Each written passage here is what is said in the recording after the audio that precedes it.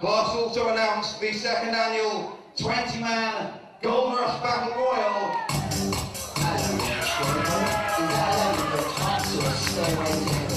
You must be tired of running around my one all night. How about a little split this night out here and your man?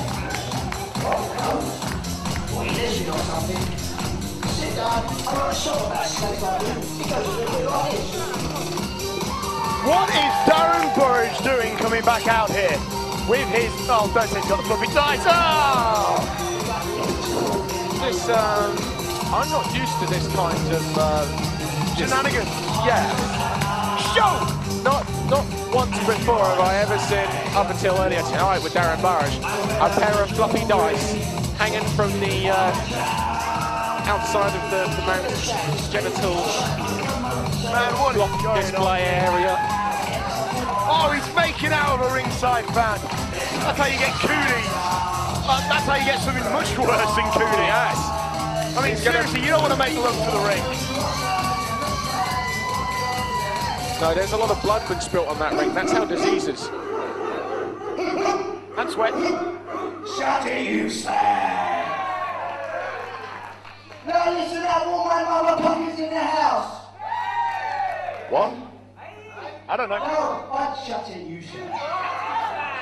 Now, I just got off the double bone with the commissioner of the FWA, Mr. Fleisch. Barker. And I said to him, you know what, Fleisch? Tonight, I feel like I was cheating. What do you reckon? I was cheating, yeah? Bloody slags. So, he said to me, you know what, Mr. Pucker? I'll give you a rematch. But this time, it's going to be a tag match. So I said to him, Pucker. Now, he's giving me the choice of a partner.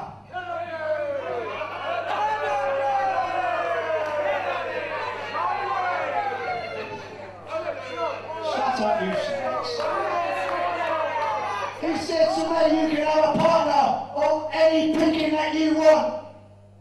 So I said, okay. I thought about it for a little while, and the partner of my choice will be you. Whoa! What? John Atkins and Darren Burridge are going to tag up to take on the Manchester Massive? No, Darren. Oh, I'm buying a ticket for that one. Oh. I am buying a ticket. I'm calling it sick now. I'm buying a front row ticket for that one. John Atkins is going to take on the Manchester Massive alongside Darren Burridge. Oh, that is worth it, not it? Pinch me, I think I'm having a nightmare. Okay, John, ow! Well, you wanted me to pinch you? John Atkins is going to get in the FWA ring and compete at Gold Rush. John Atkins, future FWA Tag Team Champion. Got a sexy ring to it, don't you think? No, this can't be for real, surely. Well, I guess Fleisch Barker might just about allow it. I'll tell you what, Fleisch Barker obviously has a bigger sense of humour than any of us ever actually realised. For allowing Darren Burridge to, you know, pick anyone and obviously get away with this. I mean, John Atkins? John Atkins? The ring announcer.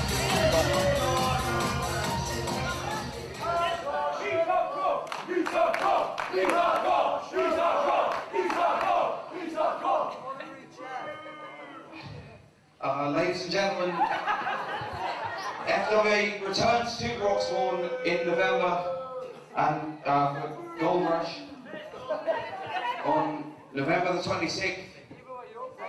So,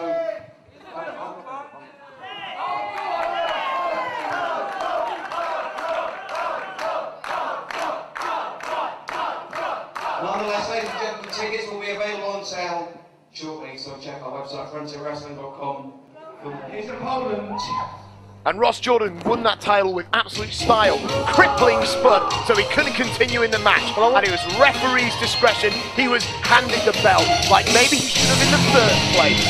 Well, that therefore maybe brings us on to later tonight, the triple threat match between Jody, Fleisch, Spud and Jonny Storm, and there is the FWA British Flyweight Champion, Ross Jordan, the Kung Fu Indian man, coming out to his funky high-tech kicking music. you're full of a bag of nicknames for him tonight. Oh, the Rhythm Dragon, the Kung Fu Indian. That's just a load of wrongness there, basically. A big steaming bag of it. I can't help it though, because I love Ross Jordan. I used to train with Ross Jordan, and he had so much heart and so much desire. And the FWA kept saying, "I'm sorry, Mr. Jordan, you're just not big enough." But then the flyweight title came into existence, and finally, Ross Jordan found his drive and found his passion. Can I also point out that he happens to hold a victory over the show stealer, Alex Shane, the FWA British Heavyweight Champion?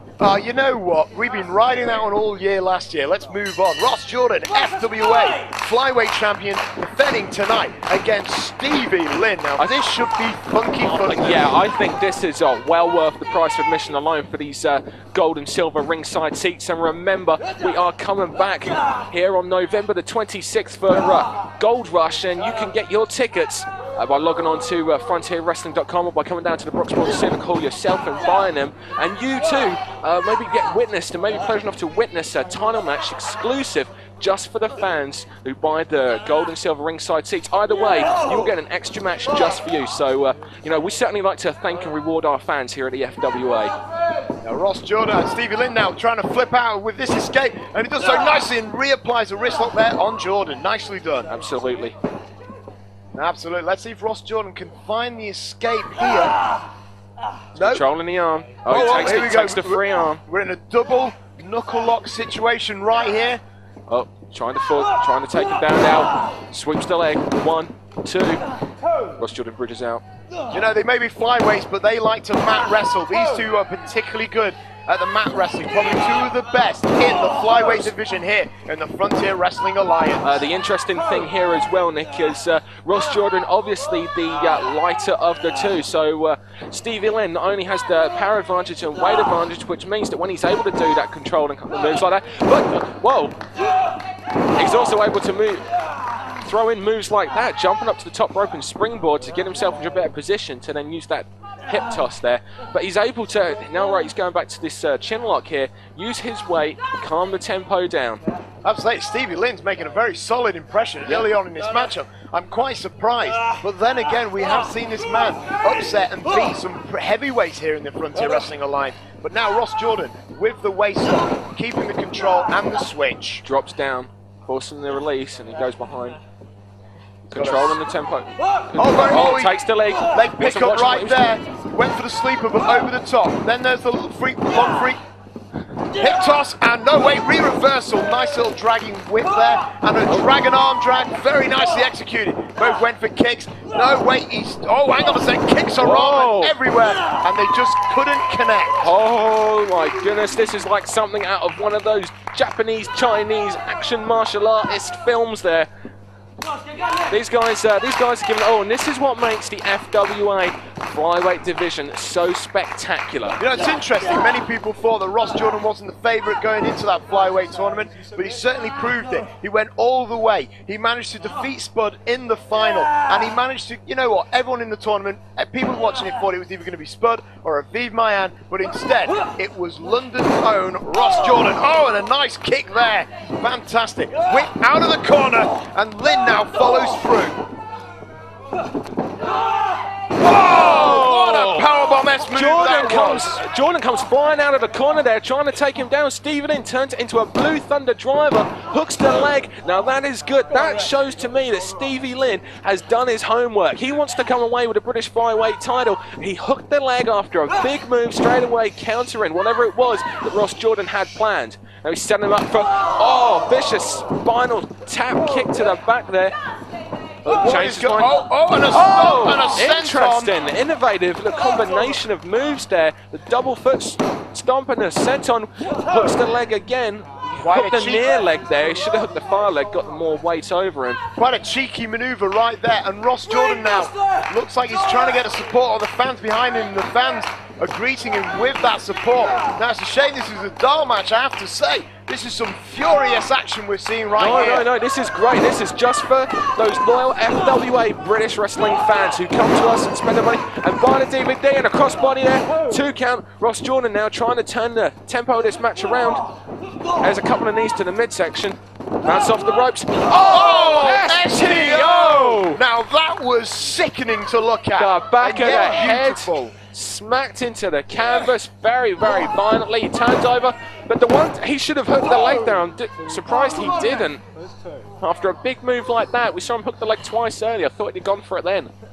Well, here we go now. Stevie Lynn now picking up Ross Jordan, and he's after hitting those powerful moves. And now off the top rope, sunset flip attempt from Jordan, but a chop and a vicious leg drop. Where the weight and strength advantage comes in for Tight Stevie cover. Lynn. Now we go. And a kick out. He learned from earlier.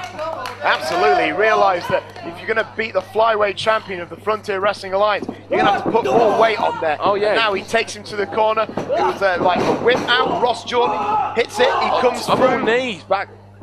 Oh, what was like a dragon chop there? Like a double chop of sorts. And a neck breaker. Very nice. From the You know what? turnbuckle. This is the most impressive I think I have seen Stevie Lynn since his debut in the FWA. He is coming out here with some awesome offense. Well, you know why? He has a weight advantage. He's the heaviest of the two competitors. And you know what? You don't often get that advantage in the flyweight division. So he's going to want to use it. Oh, crucifix here. Attempt, no, countered again because of that weight. Oh! Now that was gruesome. That was right on the back of the head again. We've seen this throughout the match from the STO, the flying neck breaker, and now this time a Death Valley driver and onto the back of his knee or onto the front of his knee there. That was all these moves are showing me that he is focusing on the neck and the back of the head. Oh, I'm Either glad. that or it's a pure coincidence. Yeah. Knowing Stevie Lynn, he's a bit more intelligent than that. Glad you was able to figure that out for yourself there, Nick London. Well, I'm just pointing it out for the people at home. And once again, hooking both legs this time. Jordan there with a good kick out. He seemed to let go just before then. I don't know if he like lost grip then or... Jordan probably just slipped out. Yeah. Jordan is a light competitor. He's able to burst out with that energy.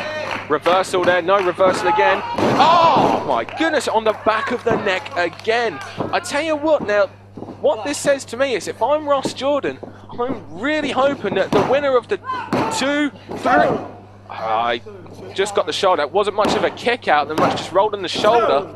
Again, just using the angle that Stevie Lynn used to cover him there to roll the shoulder up. But with all the effect that's taking part on Ross Jordan's neck, I'm really hoping that the winner of the triple threat match between Spud, Jody Fleisch and Jonny Storm doesn't pick him. I'm sure that's what he's thinking. Absolutely, ladies and gentlemen, later on tonight there's going to be a triple threat match. The winner of that triple threat match will get to choose an FWA title shot against any of the champions here in this company, but they've got to take it immediately after the match. They are all within the flyweight weight category, so Jody Fleisch, Jonny Storm or Spud could very well meet Ross Jordan tonight. Whoa, there's that dragon lariat there. Dragon leg lariat for Ross Jordan, and both men are down. But what a dangerous situation, not just for Ross Jordan, but for all the champions. What if the champions, whether it's All England Tag Team, Flyweight, or even Alex Shane himself, the FWA Heavyweight Champion, what if they get injured in their match, and then they've got to face the winner of that triple threat match? Well, that's a very good point. I don't think, I certainly hadn't thought about that. The interesting thing about this situation, we were saying, Ross Jordan's firing up now. Series of forearms and elbow shots. Irish whip Stevie Lynn to a spinning wheel kick there. Perfectly done. Covers, hooks the leg. 2 count there. Ross, but saying that, will those 3 guys really want to go for the flyweight title, or do they want to head for the heavyweight division? Well, that's the interesting thing, or maybe they want to pick a partner, and because of their... very nicely done. Series Tighe of moves there. Tighe hookup, but no. Well, that's the interesting thing.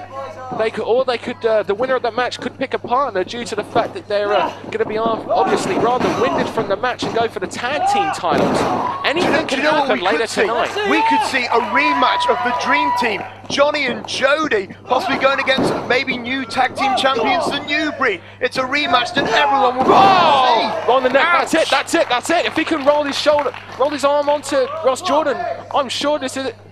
That free angle credenza fisherman bomb was beautifully executed. 3, 2. Now you have to believe if Stevie Lynn was able to actually get a tight cover there, able to actually do that, he would be winning that title right now. Absolutely. That was an awesome variation of the neck breaker. And now he's picking him up. What's he got set here? No. Ross Jordan managed to wiggle out, but no, Stevie Lynn will not be denied. And Ross Jordan escapes. That first time when Stevie Lynn couldn't get him up gave Ross Jordan enough to recover and get out of it on the second attempt. Terminal DDT! That's it. 1, 2, 3. Excellent. Congratulations, Ross Jordan. Another successful title defense for the Little Dragon.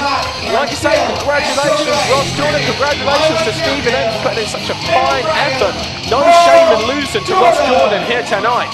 Ross Jordan on a tear in the FWA. You know what? There was a lot of concerns when the flyweight title first came in, but maybe people wouldn't take it seriously enough. But I dare you at home, do not take Ross Jordan seriously. He just made an example out of Stevie Lynn, and there he is, FWA Flyweight Champion. Now, ladies and gentlemen, thank you for joining us here tonight at the Dark Match. But don't go away, because coming up next is FWA Hotwired. Alex Shane will take on Joe Legend, the triple threat match.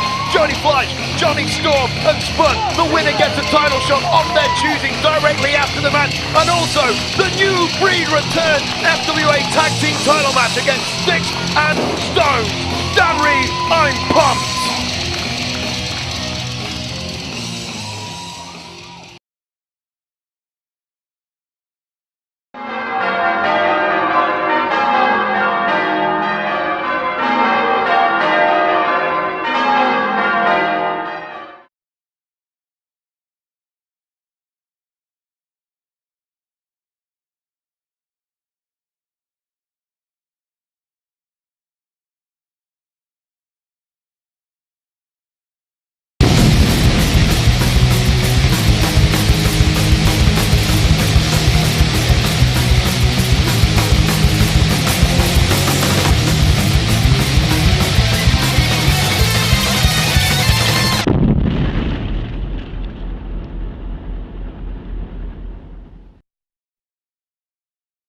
Good evening to the Broxbourne Civic Hall and welcome to FWA Hotwired 2005. We have got a packed show for you this evening, so without any further ado, let us kick things off with tonight's opening contest. This bout is set for one fall and is for the All England Championship. As I was saying before, John Atkins rudely interrupted me. Introducing first. Another match I'm really looking forward to as well is Chad Collyer and James Tighe from a pure wrestling standpoint.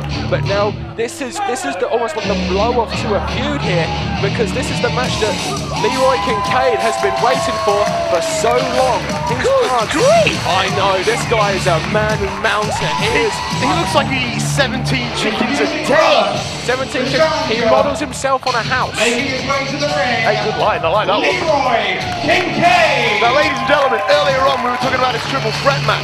Spud, Jonny Storm and Jody Fleisch will take each other on in a triple threat match. The winner will go on to face one of the FWA champions, which they will get to choose. In other words, Leroy Kincaide could very well beat Hade Vansen tonight for the All England title, and then go on to defend it against one of those men in that triple threat match if they choose an All England title match. But speaking of the All England title, here comes the man who has almost held that title now for 2 years. 2 years in 2 days' time. October 18th, 2003 was the date the British Uprising 2 came, that Hade Vansen made a name for himself and became the FWA All England champion. Nick, do you realise he is the longest reigning FWA All England champion of all time? Yes, I am fully aware of that, but sometimes the best exclamation mark is at the beginning of a sentence. I think the Spanish do that. My point is that when he won that title, he did it with impact when he ended the career of Fleisch Barker, one of the scariest men we've ever seen in the FWA ring. The FWA commissioner now, of course. Now, there's an interesting situation here. Let's look at the story between these two. Both of these men were working for Alex Shane. Leroy Kincaide as one of the security members, and Hade really is like the best friend of Alex Shane. Oh yeah, He's the tag team partner. Yeah, absolutely. After Leroy Kincaide, Hoddesdon and Stixx all done a great job, Alex Shane decided to give them a wish. Leroy Kincaide's wish was to face All England champion Hade Vansen. Now, of course, we would have had this match a lot earlier, but Hade Vansen actually broke the hand of Leroy Kincaide, and as a result of that, we're getting this match now. Absolutely, let's look back on this. Okay, Leroy Kincaide holds a victory, non-title, against Hade Vansen. Okay, that was back at FWA Crunch. Now, after that, Hade trapped Leroy's hand in the dressing room door. Now, Hade claims it was an accident. I don't know about you, but I disagree personally, as we later then found out. Because at Vendetta, after Leroy Kincaide eliminated Hade from the Battle Royal, Hade then eliminated Leroy from the outside and attacked his injured hand without mercy. Clearly this was no accident. Now we're fine again, and Hade Vansen is... Well, okay, Hade Vansen is jaw-jacking the fans. Leroy Kincaide is finally getting his opportunity to face Hade Vansen and possibly become the FWA All England champion. To be honest, everything's really, bar that hand, which we have to worry about, is really in the favour of Leroy Kincaide. Well, technically speaking, Leroy Kincaide has actually got medical clearance for this match, but you've got to wonder, what is the condition of that hand? And you've got to believe that Hade Vansen will explore the possibility of that injured hand. Hade Vansen goes down low, takes the arm, sends Kincaide down. Wait, straight away on that. You notice that he straight away went for the hand. Absolutely. Now a series of kicks trying to keep him down. The bigger, it was a huge guy. It really is hard to describe this man, mountain of a man. I mean, look at this. I mean, Hade Vansen with a height advantage here, and obviously he can use that leverage. But Kincaide is so well put together. I've never seen a rookie in the FWA. Straight on that hand such again. A package. Straight on the hand. Another thing that we're going to point out is the amazing agility of Leroy Kincaide. We've seen him come off that top rope with that spiral tap. I mean, that's unbelievable. A guy his size should not be able to pull off moves like that. But, the head of Leroy Kincaide was nearly ripped off there by the boot of Hade Vansen.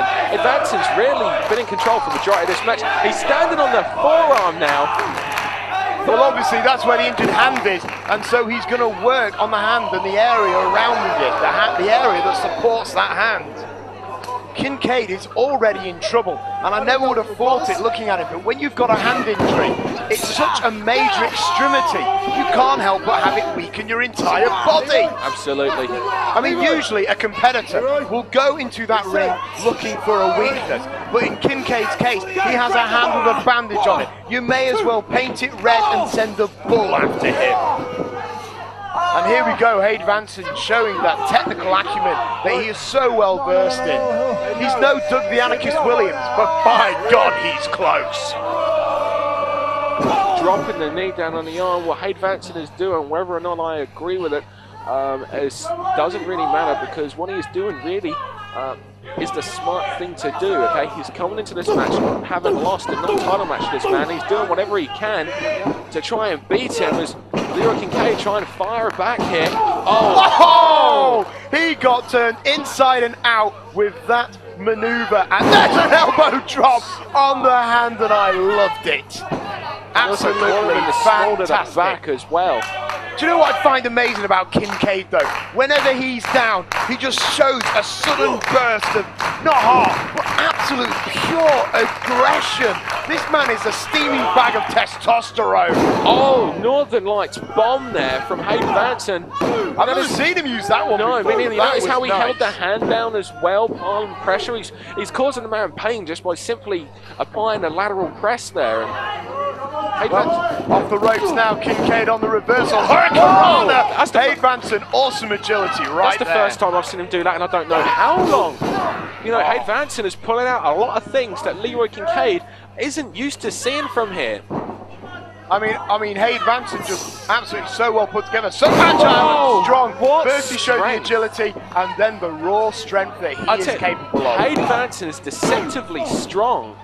for a guy of his size, really. I mean, it's unbelievable that he was able to pick up clearly the much bigger Leroy Kincaide with ease and slam him down incredibly hard with that powerbomb. Well, Hade Vansen performed well. He still is, I presume, a martial artist. He has done martial arts training, and they are used to developing strength over size. I mean, it's just the way that the human body works. Kincaide obviously likes to get big, likes to get pumped and strong with it. Hade Vansen wants to stay lean and strong and keep his agility. And Kincaide, there's that aggression I'm talking about. Whoa, Joy. Hade Vansen does not want to be clotheslined by Kincaide. Have you seen them? They are horrific. He may as well open up a black hole and suck his soul in. Look at the agility of Hade Vansen. The one thing also I want to point out is the experience factor of Hade Vansen as opposed to Leroy Kincaide. Beautiful drop kick there off the top rope. Hade Vansen really has shown his experience by the way that he has really dominated Leroy Kincaide from the opening bell, and I, for one, am surprised about this, as the crowd right now are getting on the case of Hade Vansen with the less than complimentary Vansen sucks chance. Oh, and he clotheslines him to the outside. Kincaide tried to hold on and stop, but Vansen just came, oh my goodness! And completely flattened him. When was the last time you saw Hade Vansen pull out moves like this? Well, obviously he's quite desperate. He wants to maintain that title, but if this is what he feels he needs to do to win, then so be it. I mean, Hade Vansen is a big match winner. By a hook or crook, he retains that title against men like Loki even. And Kincaide! Whoa, where did that agility come from? Raw aggression, and Kincaide is away! These guys, the thing is, they are former running buddies. They know next to everything about one another, and both of them are showing things that I haven't seen from either of them, and I'm pretty sure their opponent hasn't seen or expected from either of them either. Well, obviously, Kincaide just got pulled into the guardrail and the ring post, and Hade Vansen might have found his answer there. See, Kincaide gets so aggressive, he is blinded by his own rage, and that's when you find your opportunity. Absolutely, he does have a problem holding his temper, but can you blame him? Hade Vansen slammed the door on his hand. Have you ever had that happen to you? Have you ever trapped your hand in a door when that's been closing? No, I've had many things happen to me, but thankfully one of them...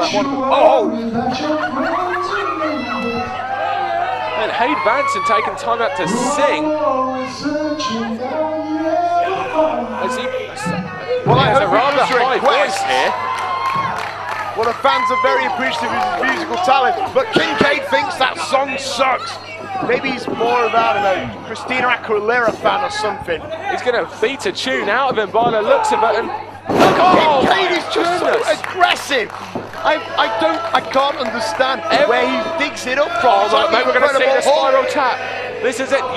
This is unbelievable. A guy this size doing this he's taking his time to get to the top rope. And Hade Vansen manages to find him up there, and he cut him off at the pass. Now setting him up. Oh my goodness. This is dangerous. No way. Like a T-bone. No. T-bone suplex off the top rope. And that will do damage to both men. Hade Vansen, no doubt, will have knocked the back of his own head on that manoeuvre. But Hade Vansen, he's up. He looks a bit dizzy, and he himself wants to go high. This is an unbelievable Hade Vansen that we are seeing here tonight. Well, he slipped. He was climbing the top rope, slipped and smacked his head on the ring post and the steel buckle there. He's taken far too long. Maybe this is given to... Yeah. Well, absolutely. That slip-up allowed Kincaide to roll out of the way. And you've got to believe that Kincaide has something to prove. His other running buddies, Stixx and Stone, are the FWA Tag Team Champions. Absolutely. Hade Vansen is the All England Champion. Kincaide doesn't want to be the last man out. Wait a minute. Nick, watch this. Maybe, could we see the... Fucking the spiral tap. No way. Unbelievable. 1, 2, 3. We got it! No! We got it! England champion! Nick London, do you believe? No, it can't be! Everything that Hade Vansen has put Leroy Kincaide through, Leroy Kincaide comes out with a victory. That awesome spiral tap on the top rope. Ladies and gentlemen, new FWA All England Champion. I cannot believe it. 2 days shy of a 2-year reign. How gutted must Hade Vansen feel right now? And maybe Leroy Kincaide is about to embark on a career that will surpass the record of Hade Vansen. Just out of nowhere, he hit that spiral tap, and he is the new All England title holder. But what next for Hade Vansen? This is unbelievable. We have a new FWA All England champion. His name is Leroy Kincaide, and I defy you to find me someone in the back that can wrestle that belt away from him. Can I just want to give a shout out to Spud, Jody, Fleisch and Jonny Storm. If you win, do not pick the All England title, because Kincaide will eat you alive. Yeah. Unbelievable, but a great match. Both men came in here with an awesome game plan. He looks defeated. Well, he is defeated. He is now, I'm going to say this, and I'm going to quite enjoy saying this, the former FWA All England champion. Well, Kincaide absolutely embarking now on the beginning of a mission to prove that he is worth his salt here in the Frontier Wrestling Alliance. And my goodness, what a specimen. Ladies and gentlemen, the following contest is set for one fall and is tonight's handicap match. Introducing first,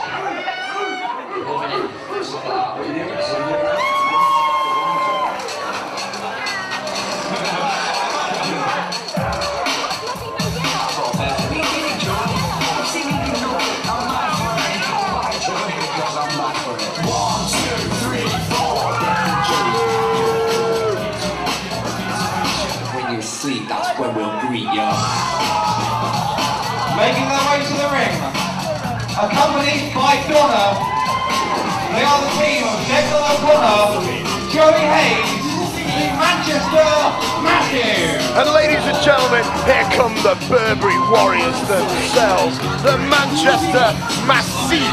And man, I am a huge fan of the Massive. I mean, truly, they are inspirational to the working class and to all the bums and the people on the dolls right here in the Broxbourne Civic Hall who are watching tonight. Listen to half the stuff that comes out of your mouth. There's only one thing more ridiculous that I can think of than the vomit that you spew that you call English language, and that is the Manchester Massive. I don't Oh, they understand. added Burberry boxers to their Whoa, what's the need for this? Whoa, what's the need for this? Well, absolutely. Oh, no, Happy slapping time! No, come on! Oh yeah, you see it's a new trend that's following the country. And John Atkins is not happy! John Atkins, you don't want a part of the Manchester Massive. Oh, I'm so glad John did that. Good on him. Whoa! It's the pucker one. Darren, Burridge. Oh my God, if 2 jabs weren't enough, we've now got a third. Oh, wait a minute. Donna grabbing the leg of Darren. And Burridge now having words and... Whoa. Oh, great move. And Burridge showing great strength and ability there. Burridge come out like a house on fire now. Clothesline was blocked. Is this tag or both men in the ring on the outside? Come on, Andy Quilden, do something. Both men to the outside. Oh my gosh. Very dice. Whoa. What a dive from the pucker one. Unbelievable. I'm not quite sure if I'm going to believe that it's tastefully done with those dice hanging from, yes. But Burridge has come out like a house on fire, and he has complete control over both Joey Hayes and Declan O'Connor, the Manchester Massive. And you know what? I can't stand jabs, but you know, I would much rather see Darren Burridge go over these 2 immature little children. So you're saying that Darren Burridge is the lesser of 2 Burberry evils? That's right. Absolutely. Well, Darren Burridge, a very competent competitor, wrestles all over the world. He's had a fantastic streak over in Ireland as of late. He's also wrestled over in Thailand extensively, but he'll always remain true to his working roots. And there's that suplex. How long did he hold him up there for? About 4.5 seconds, I think. Not too sure. What is with those furry dice? I don't know. All he's missing is a flux capacitor. And there we go. Nice forearm there to the chest. whips off Joey. Joey on the rebound.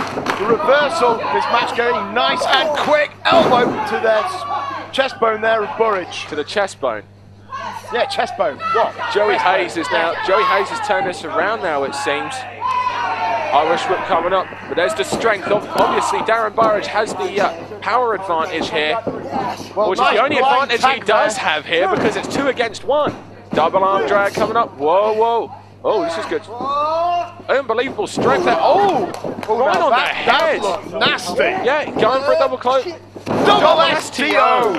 Absolutely, both men caught him and dropped him down with that STO maneuver. Nicely executed. O'Connor going for the cover.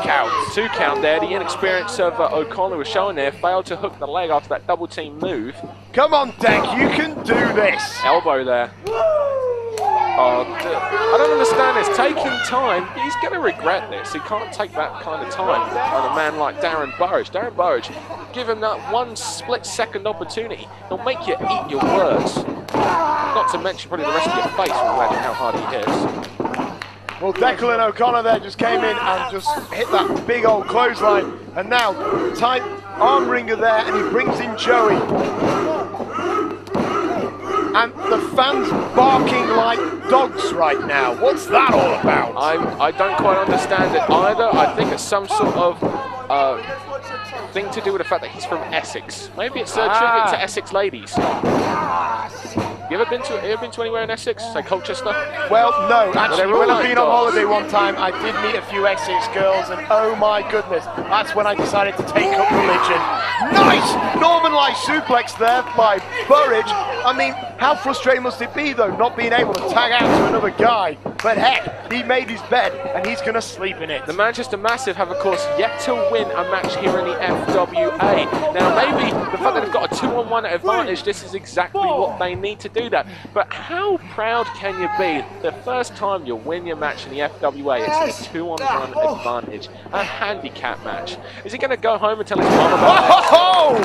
Interesting move there from Declan O'Connor. Very nice. I'll give him credit. A whirlwind-like motion there, slamming him down on the face and on his front. I've never seen anything like it. Whoa, small package of variation. Burridge.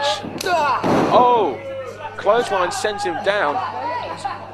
The Massive definitely here have the advantage and they're keeping it now. Tag there now for Joey, and he throws his face clean into the boot of Joey. And now, here he comes. He's going to wear down Burridge. He's just constantly going. What they lack in technical finesse, they make up in their happy slapping techniques. And he breaks the eyes with the sole of his foot there. What the hell is it that these chavs are wearing? Well, they're wearing some very fine yellow trousers. I'm not sure. I can see some Burberry boxers, and I distinctly smell Burberry perfume as well. Don't boxers go under your trousers? Hey, it's cool, man. Well, I don't know anything about that. Anyway, Burridge firing back now with a series of European uppercuts and a right to the eye from Declan O'Connor. Oh, and a hooking clothesline takes Burridge back down. Lateral press, hooks the leg.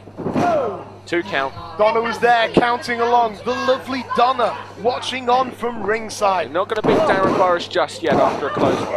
Well, you never know. Maybe you'll just catch him just right. And Donna now. Donna once again hooks the leg. We said this is a handicap match. We knew it was going to be 2-on-1, but 3-on-1 with an unbelievable neck snap there. That was very impressive, leaping over that top rope and delivering that bulldog maneuver. Off the ropes, ducks the double clothesline, over the sleeper, but takes the drop toe hold. What's this? Oh! I'm not quite sure what that move that Declan O'Connor just did, but very impressive. Mixed with a drop kick from Joey Hayes. God, if someone would have bust those fairy dice, it would have been that. Kick out by Burridge. Well, it wasn't really a kick out, he just rolled the shoulder up there. Well, it's a little kick out. I don't know if he's got Burridge has got enough in him at the moment. He's trying to get the fans behind him. Tag now. They're doing what's right. They're making a lot of quick tags in. They're keeping the fresh man in constantly. Well, Deck and Joey at the moment are dominating Burridge. You've got to believe that maybe Burridge did not want to be in this situation. Burridge firing back now. Takes Declan off the ringside apron. Well, he's eliminated one of the Massive, and now he's just got the other one. And look at this, these two are just little cheating. They're like rodents. I'm not going to disagree with you on that one. Now look at this, and now Joey back in control thanks to their rodent-like techniques into the corner. You've got to believe that Burridge would love to have a tag team partner by now. And knowing the nastiness that is Darren Burridge, you probably want to tag up with Donna. Ugh. Oh, what is going on? British wrestling here. He's going for the artful dodger. Old school at his best. Darren Burridge had a very respectable training, unlike the Manchester Massive. Oh, he ducks the fist there from. Oh, German suplex. Beautiful. Burridge is turning the tide now. Oh, moves out of the way. Declan O'Connor, perhaps the whitest man in professional wrestling, just got taken apart there with a vicious backbreak combination. And now this time Joey hits Declan. Burridge is one step ahead of the Massive now. He can't help being that white. It's all the lamprey. Whoa. It bleaches the skin. Whoa. And Burridge trying to Your mum. making them work together. What's he saying? Unbelievable. Oh, he's encouraged them to fight. Burridge is, and Donna is beside herself. Wait a minute. Oh, a double belly-to-belly suplex there. What strength from Burridge. He tried to orchestrate a falling out between the two. If anything, it gave him an opportunity to regain his breath. He just outsmarted the Manchester Massive. The Manchester Massive were outsmarted by Darren Burridge. How embarrassing is that? Oh, interesting maneuver there. That was kind of like a side-on Russian leg sweep variation. And there's another one there. Back of the head and the small of the back, hitting the ring very, very hard. And Donna is tempting him with her feminine wiles. Nice tracksuit, though. Oh no, I was just thinking that. I mean, whoa! No!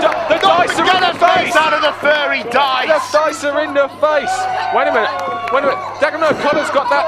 Oh! He used the bling in his face! He hit him so hard he broke it. Look, come on, ref! Look, there's something on the ring apron there. Come on! They lie, they cheat, they steal, but unlike a certain American wrestler, it ain't cool. That's gimmick infringement now. But what? All 3 men are down. But come on, ref! Whatever it was that was used by Declan O'Connor, there's. Wait a minute! Darren Burridge was caught with the proverbial smoking gun. I believe. John Atkins now. But John Atkins is laying down the law, explaining what happened. After what the Massive just done to him, Burridge is out now. There is no way that I'm announcing them as the winners. No way on earth. I'm sorry. And Atkins actually standing up for him. Every single person in the building except you, Andy, saw what happened. Every single person. Go for it, Andy. When did John grow balls? How you can only take so much from this council house antisocial vermin scum that is. What's he doing to Donna? Oh. Sit out, body slam there, and now. What is this?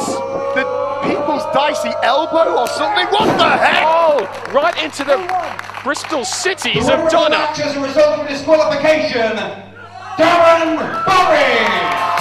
Darren Burridge gets to win via DQ and an interesting match. And unbelievable, Declan O'Connor just pushed Joey Hade down the stairs. What is going on? Falling out. John Atkins has opened up a Pandora box made of Burberry, no less. And by opening this, he might have caused more trouble for him and Darren Burridge. And what is going on here? I don't know, but good for you, John. Good for you. Get one over these chaps. Well, he's hugging a chap right there. That's like selling your soul to the devil. Yes, but this chap is nowhere near as bad as those other chaps. Like you say, it's less evil chaps. Oh my Lord. Absolutely, this is just terrifying. Anyway, ladies and gentlemen, we've already seen an All England title change, and we've seen Burry Dice and Paul Donna being victimised. But ladies and gentlemen, coming up later on tonight, well, We've got Collyer versus James Tighe. We've also got the tag team titles being defended, but it looks like Darren Burridge entertaining the fans here with a... He's maintaining his one-man show at the moment, and the ringside fans are looking bewildered at the very dice of doom. Ladies and gentlemen, Darren Burridge. Leroy Kincaide, you've just won the FWA All England title from Hade Vansen, who's held it for nearly 2 years. How do you feel? Oh, I feel on top of the world, man. It's been a long journey actually trying to get this belt. So I mean, I've had a hand injury, I've been here, there and everywhere wrestling him, but never had like a proper title shot. Now I got it, I took full advantage of it, and that's why I got the belt. So you know what I mean? I was out there like, you know, with my fighting spirit and everything. You know, my hand was hurting still, but I carried through and then got my new prize. Any words for future contenders? Just bring it, do you know what I mean? Like, I'm here, I'm waiting. You know, new champ is here now. I'm here to stay. So whenever you guys are ready, then just, you know where to find me, innit? Leroy Kincaide, thanks very much. Well done. No, congratulations. FWA Commissioner, Fleisch.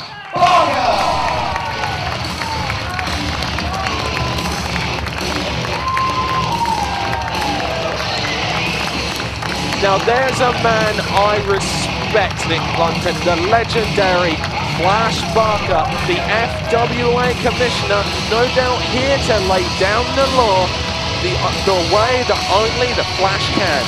Well, Fleisch absolutely respected and feared by many within the FWA, one of the very few men who have defeated Doug the Anarchist Williams in the FWA Heavyweight Championship. Absolutely. Now, that is a feather in any man's cap. Let's listen to what he has to say. Of your time, as we'll make a few announcements before that one reception. A reception like that, I just might be tempted out of retirement. I, for one, would love to see that. Please go back! Please go back! Please go back! Please go back! Please go back! You never know. Down to business. First of all, the tag match. At this moment in time, the new breed have not arrived in the building. And unless they arrive by bell telling, I will be putting in a replacement team.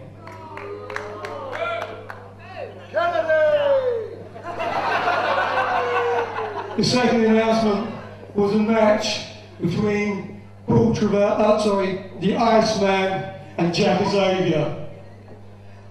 I was going to do this and I had it all set, but a couple of weeks ago, Jack Xavier injured his neck during training.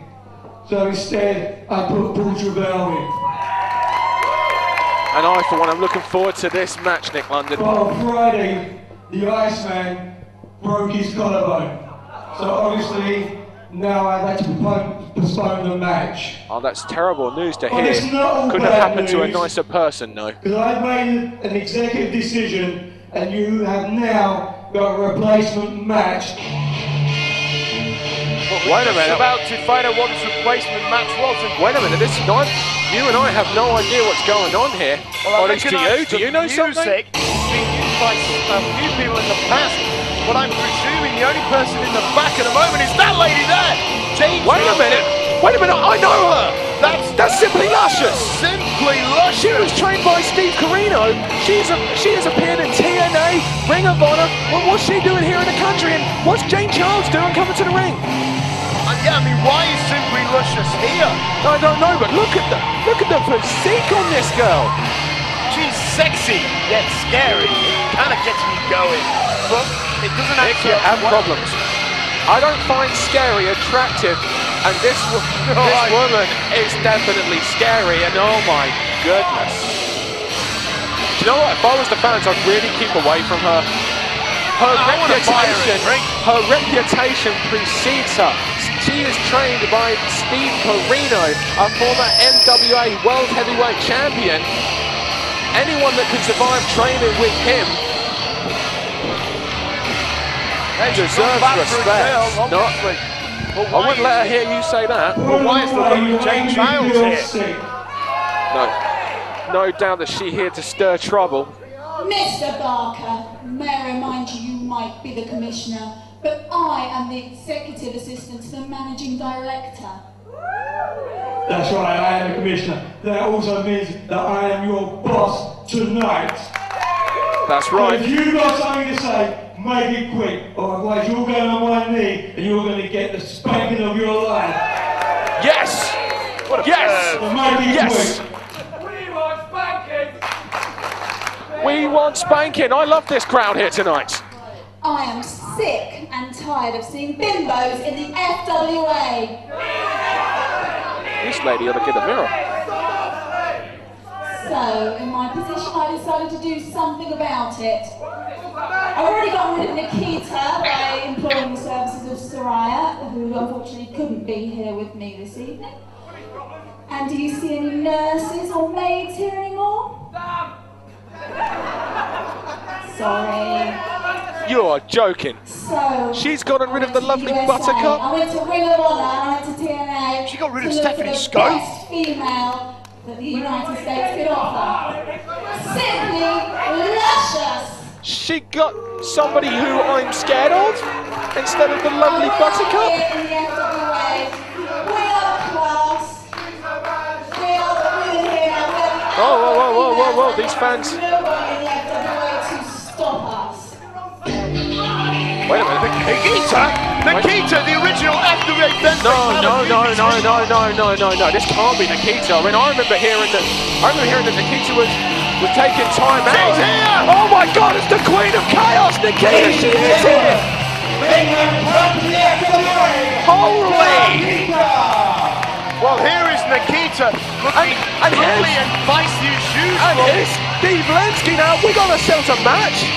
Well, I'm not too Whoa, sure. whoa, whoa, Luscious jumps Nikita here. We got ourselves an impromptu match. And the match has just started, but Jane Childs really ought to get out of the ring. And look at Nikita go. Look at this vicious side. She sends her straight to the outside. Whoa. Now, Jane Childs was the woman who put a bounty on the head of Nikita. That's to right. Get her out of the FWA.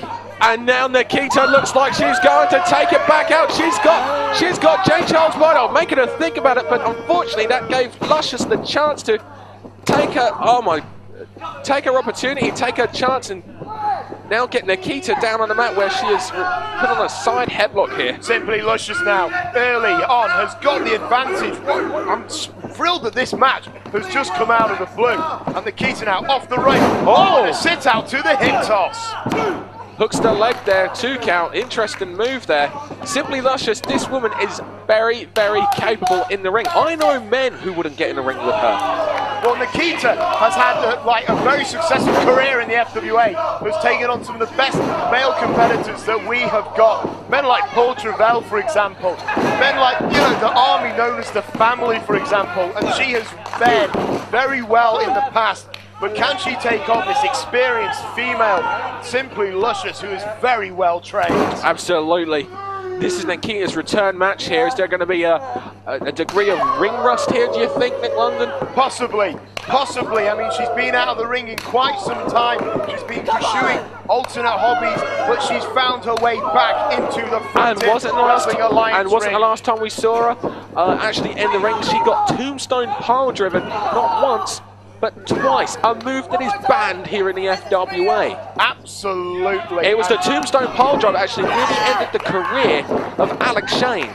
Whoa, she went for a sunset flip there. She couldn't quite get it, but she's still able to recover and get a school girl, I guess. That's why pile drivers are banned in this company. It all went down several years back when Justin Richards was unfortunately forced to retire from wrestling because of the pile driver. Thus the ban was created. And why is Jane Childs getting involved? Are we going to see some cat fight between the two? Nikita chasing Jane Childs now. She's smart enough to get back in the ring though. Still distracted. This might be giving Luscious too much time though to recover it. Yep, there it is. There's a jawbreaker there. So Luscious recovered in time and hit that. Oh, bulldog! And then the bulldog. Simply Luscious, very confident in her ability and physique, don't you think? Absolutely.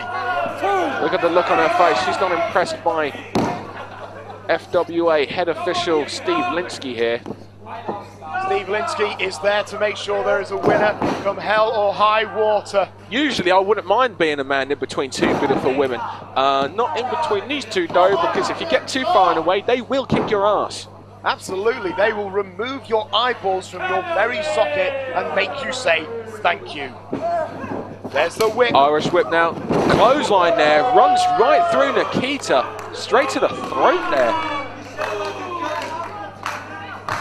Impressive display here from Simply Luscious. Simply Luscious now in control. Picking up the original femme fatale herself, the queen of chaos as she now likes to be called. Nikita takes her out of the corner and Luscious follows through with a big clothesline. I don't think she really cares what we call her. She just wants to go in the ring and get at Jane Charles and anyone that Jane Charles brings into the FWA. I just think the Queen of Chaos is an apt name for this, like you say, femme fatale Nikita. Nikita now, Northern Lights suplex and a beautiful bridge to hold it down, but Simply Luscious able to maneuver out. Interesting, not only did she get the Northern Lights suplex there, but she also hooked the leg as she took her over. Nikita has come in here and she's shown some improvement, and also there's a little bit of ring rust in there as well. But well, she's obviously brought some new ideas to the ring. Absolutely. And now the two slugging it out. Why not? Nikita with a forearm and another, and has got a back whoa, look at this! Nikita in the corner. Whoa, that was blocked. Oh. She just scratched her chest there. Yeah, that is quite nasty, and a powerbomb out of the corner perhaps. No, whoa. Nikita with a Hurricane Rana. Took too long there, she was trying to powerbomb down. Nikita turned it into a Hurricane Rana, and now back into the corner. Maybe this time Nikita will get this.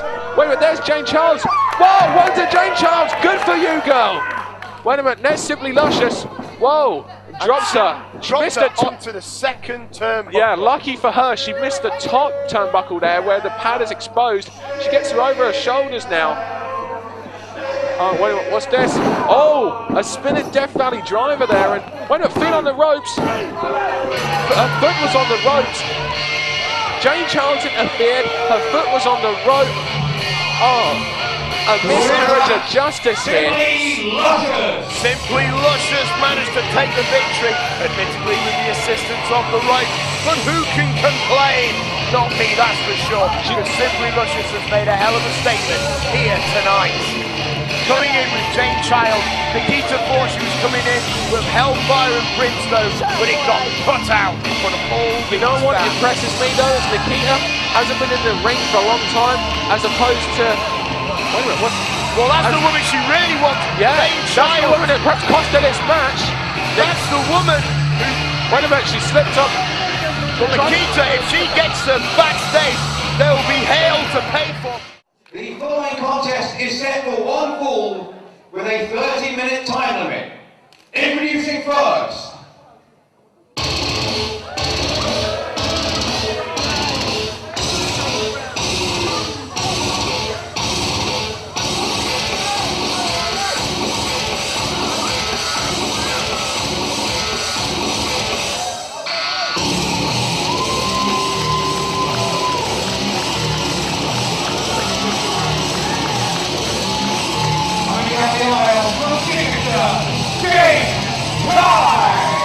Ladies and gentlemen, the last time you saw the formidable James Tighe, he was dressed up like a clown due to the bureaucracy of the Frontier Wrestling Alliance. So leading up to this event, James Tighe demanded, I want an opponent so I can prove that I am that aggressive competitor that almost stripped us Williams of the FWA. How are you feeling about your match with Tighe? You ready for this? I'm feeling damn good, and James Tighe, you know what?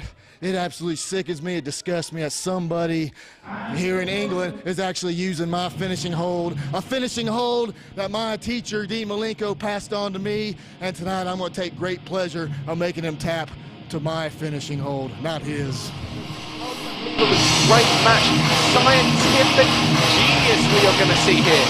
It's between James Tighe and this man making his ring, making his return to the FWA, sporting a new mohawk haircut. Well, the Dean Malenko trained Chad Collyer. He is a competitor in the Ring of Honor Pro Wrestling division. He has competed in the WWE. He has competed in NWA TNA.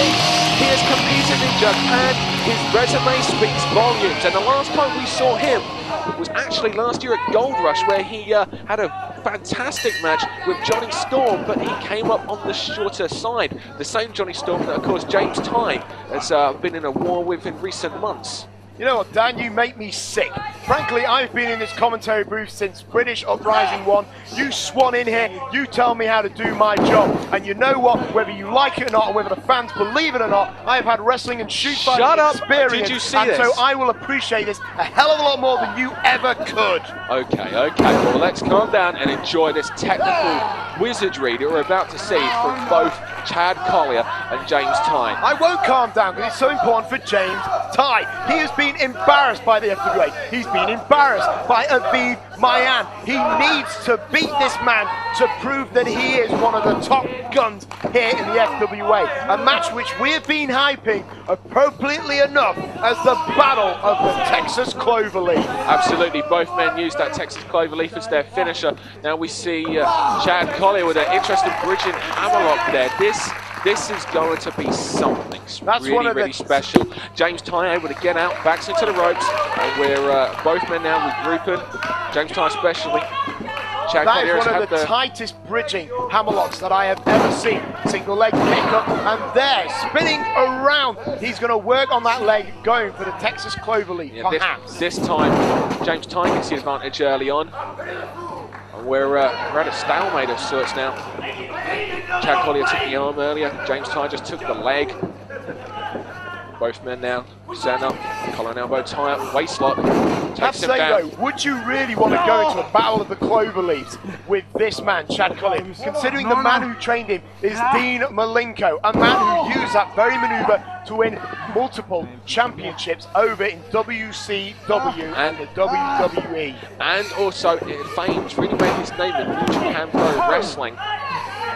Alongside the likes of Jushin Thunder Liger, El Samurai, Chris Benoit, Eddie Guerrero, roll up there by James Tighe, counteract. These guys are so good, they've got a counter for a counter for a counter for a counter. They'd already countered, that they didn't realise they already had a counter in their mind to counter. If you look on paper, one was trained by Dean Malenko, the other by Mark Sloan, two technical specimens in this country, and they have passed on their craft to their respective students. Absolutely. Now Chad Collyer with that Tiger Mask-esque, Satoru Siyama-esque drop toe hold there from the headlock. He now grapevines both knees, maybe going to be bridging back now in an Indian deathlock. Well, at the moment, this kind of maneuver just keeps tight in place, and that will stretch the knees. It'll also wrench. It's got bone on bone in the eye socket area. That's going to wrench the neck as well. This move was a good maneuver to test James's strength. Absolutely, this move too. That's showing Chad Collier's worldwide tours there. That move was actually invented by the legendary Keiji Muto over in New Japan Pro Wrestling. No doubt Malenko would have learned that and passed it on to his students, perhaps. Absolutely. Chad Collyer has actually wrestled in Japan as well. James Tighe, no secret to the Orient actually at the Super Show back in March. James Tighe teamed with Doug Williams and Two from Scorpio to take on Mitsuharu Misawa. Well, James Tighe there with a front headlock. Earlier on, he took down Chad Collyer with a quarter Nelson, but Chad Collyer was able to battle back up again. And now James Tighe keeping the control on that arm. As I was saying, James Tighe is no stranger to big matches with some of these foreign stars such as Mitsuharu Misawa, Yoshinari Ogawa, and Tiger Emperor. As he now controls the arm of Chad Collyer. Chad Collyer tried to get out of it, maybe put in the head scissors. James Tighe kept control of the arm. Oh, right, this time, no, he rolls over. Bridge and cradle there. 1-2 count. James Tighe gets it back, but Collier's in the ropes. You know, James Tighe made a successful career in the FWA by making a name for himself in matches against big-time Americans. You want to look at men like Paul London. Paul London is the definite example I was thinking of there. It wasn't more that it wasn't just the fact that he beat Paul London, it was the fact that he beat him so convincingly. We were all shocked. We all realised there and then just how good James Tighe is. He's been in there with the best as well. Chad Collyer there, keeping his weight on top of the head of James Tighe. That will prevent his ability to manoeuvre out of this. Chad Collyer, however, relinquishing that control so he can drop the knee onto the elbow. He's trying to hyperextend the elbow right here. Absolutely. And with the technique that he no doubt has within him, he's possibly capable of dislocating that elbow joint. James Tighe now trying to find a way out of this. Collyer turns it into the arm lock there. Tighe back to his feet, back into the ropes, Irish whip. He ducks down, tries to trip him up, leapfrog, hits the ropes. Collyer leapfrogs as well. James Tighe sits him into the ropes, and there's an arm drag from James Tighe, an arm drag from Chad Collyer. Well, James Tighe went for the arm drag, Collyer ducked out of the way, a headlock takedown from Collyer, head scissors, whoa. Very good. Neither of these men are quite ready yet to succumb to the other. They're both very still in the starting blocks. That's right, both men still feeling each other out. James Tighe though went on the turnbuckle there, maybe feeling a bit frustrated. He went for the arm drag, Collyer stayed one step ahead.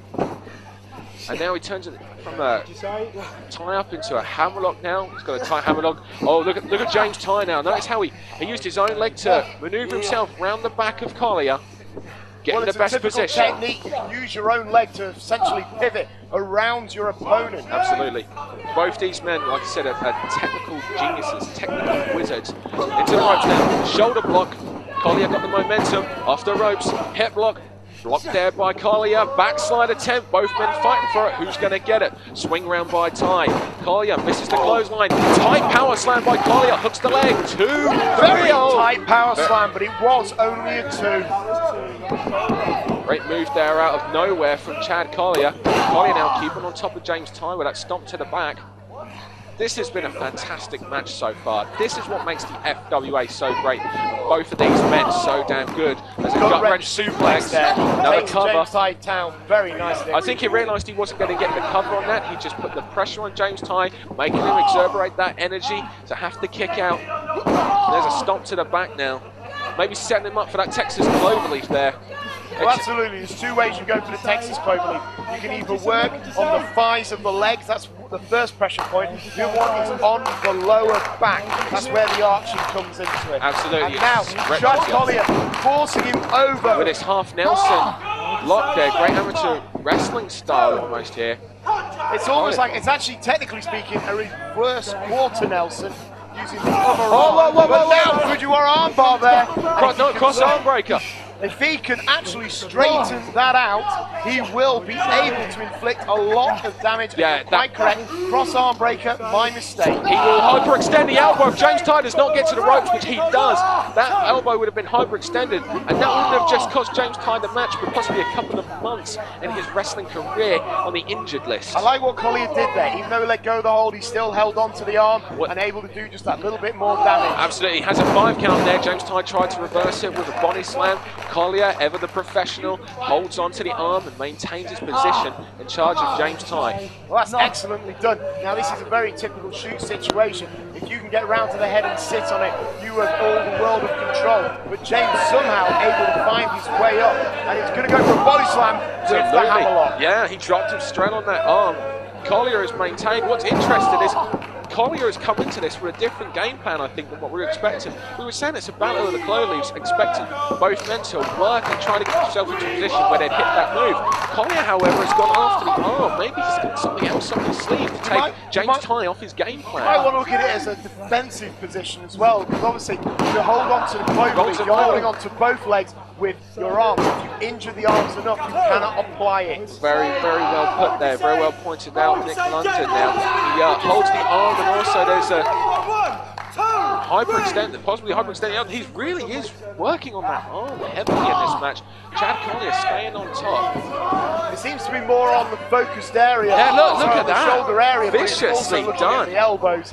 Neither of these men are particularly fan favourites here in the FWA or anywhere in the wrestling world. Don't expect to see some handshakes and sportsmanlikes from either of them. These two men just want to prove, not to just each other, to the whole wrestling world, that they are the superior technical wrestler. And nice escape there by James Tighe. Now, see, I'm not surprised that Chad Collyer is keeping up with James Tighe. We've seen Chad Collyer take on fellow British competitor Nigel McGuinness over in the Ring of Honor promotion in regards to the pure title race. So obviously he knows how to technically wrestle, and he's keeping up with James Tighe. And it looks like he's going for a snap suplex, and it's beautifully executed. Yes, beautifully done. Shades of the British legend, the Dynamite Kid. But Collyer kicks out at 1. Not enough weight for James Tighe on Collyer, and too early in this contest. Collier's now making his way to his feet. James Tighe, Irish whip to the ropes. Oh, beautiful drop kick. The drop salt, as my old colleague Tony Childs would have called it. And now, however, he managed to kick out. And now he's just keeping that momentum. We've got him with the drop salt, and so he's going to hold on to him. He wants to make sure he maintains the control. And you can see James Tighe there, shaking feeling into his arm. That's right. That's what he's trying to do. Buy time. This isn't for a submission. He's just desperate to buy time. The point of the knee was also in the back of the neck there with that rear chin lock. Collyer gets the ropes off the escape, and there's a clothesline, cuts Collyer right off. Look at James Tighe, a man who's surprisingly probably one of the best in the FWA to have never won a championship within this company. He's always become so close, but he always seems to drop the ball the last minute. He almost beat the Zebra Kid for the All England title. He almost beat Burridge for the FWA Heavyweight Championship. And there's a match I'd like to see, actually. James Tighe and Alex Shane. You know what, maybe with a new All England champion and Leroy Kincaide, he may go after him. You never know. James Tighe is so good, it might be he can go for anyone there. A leg drop, again, cover, making him exuberate that energy. Also gain his own breath there. Oh, Collyer now firing back. He can't give Collyer any time to gain his composure because he will keep coming at you.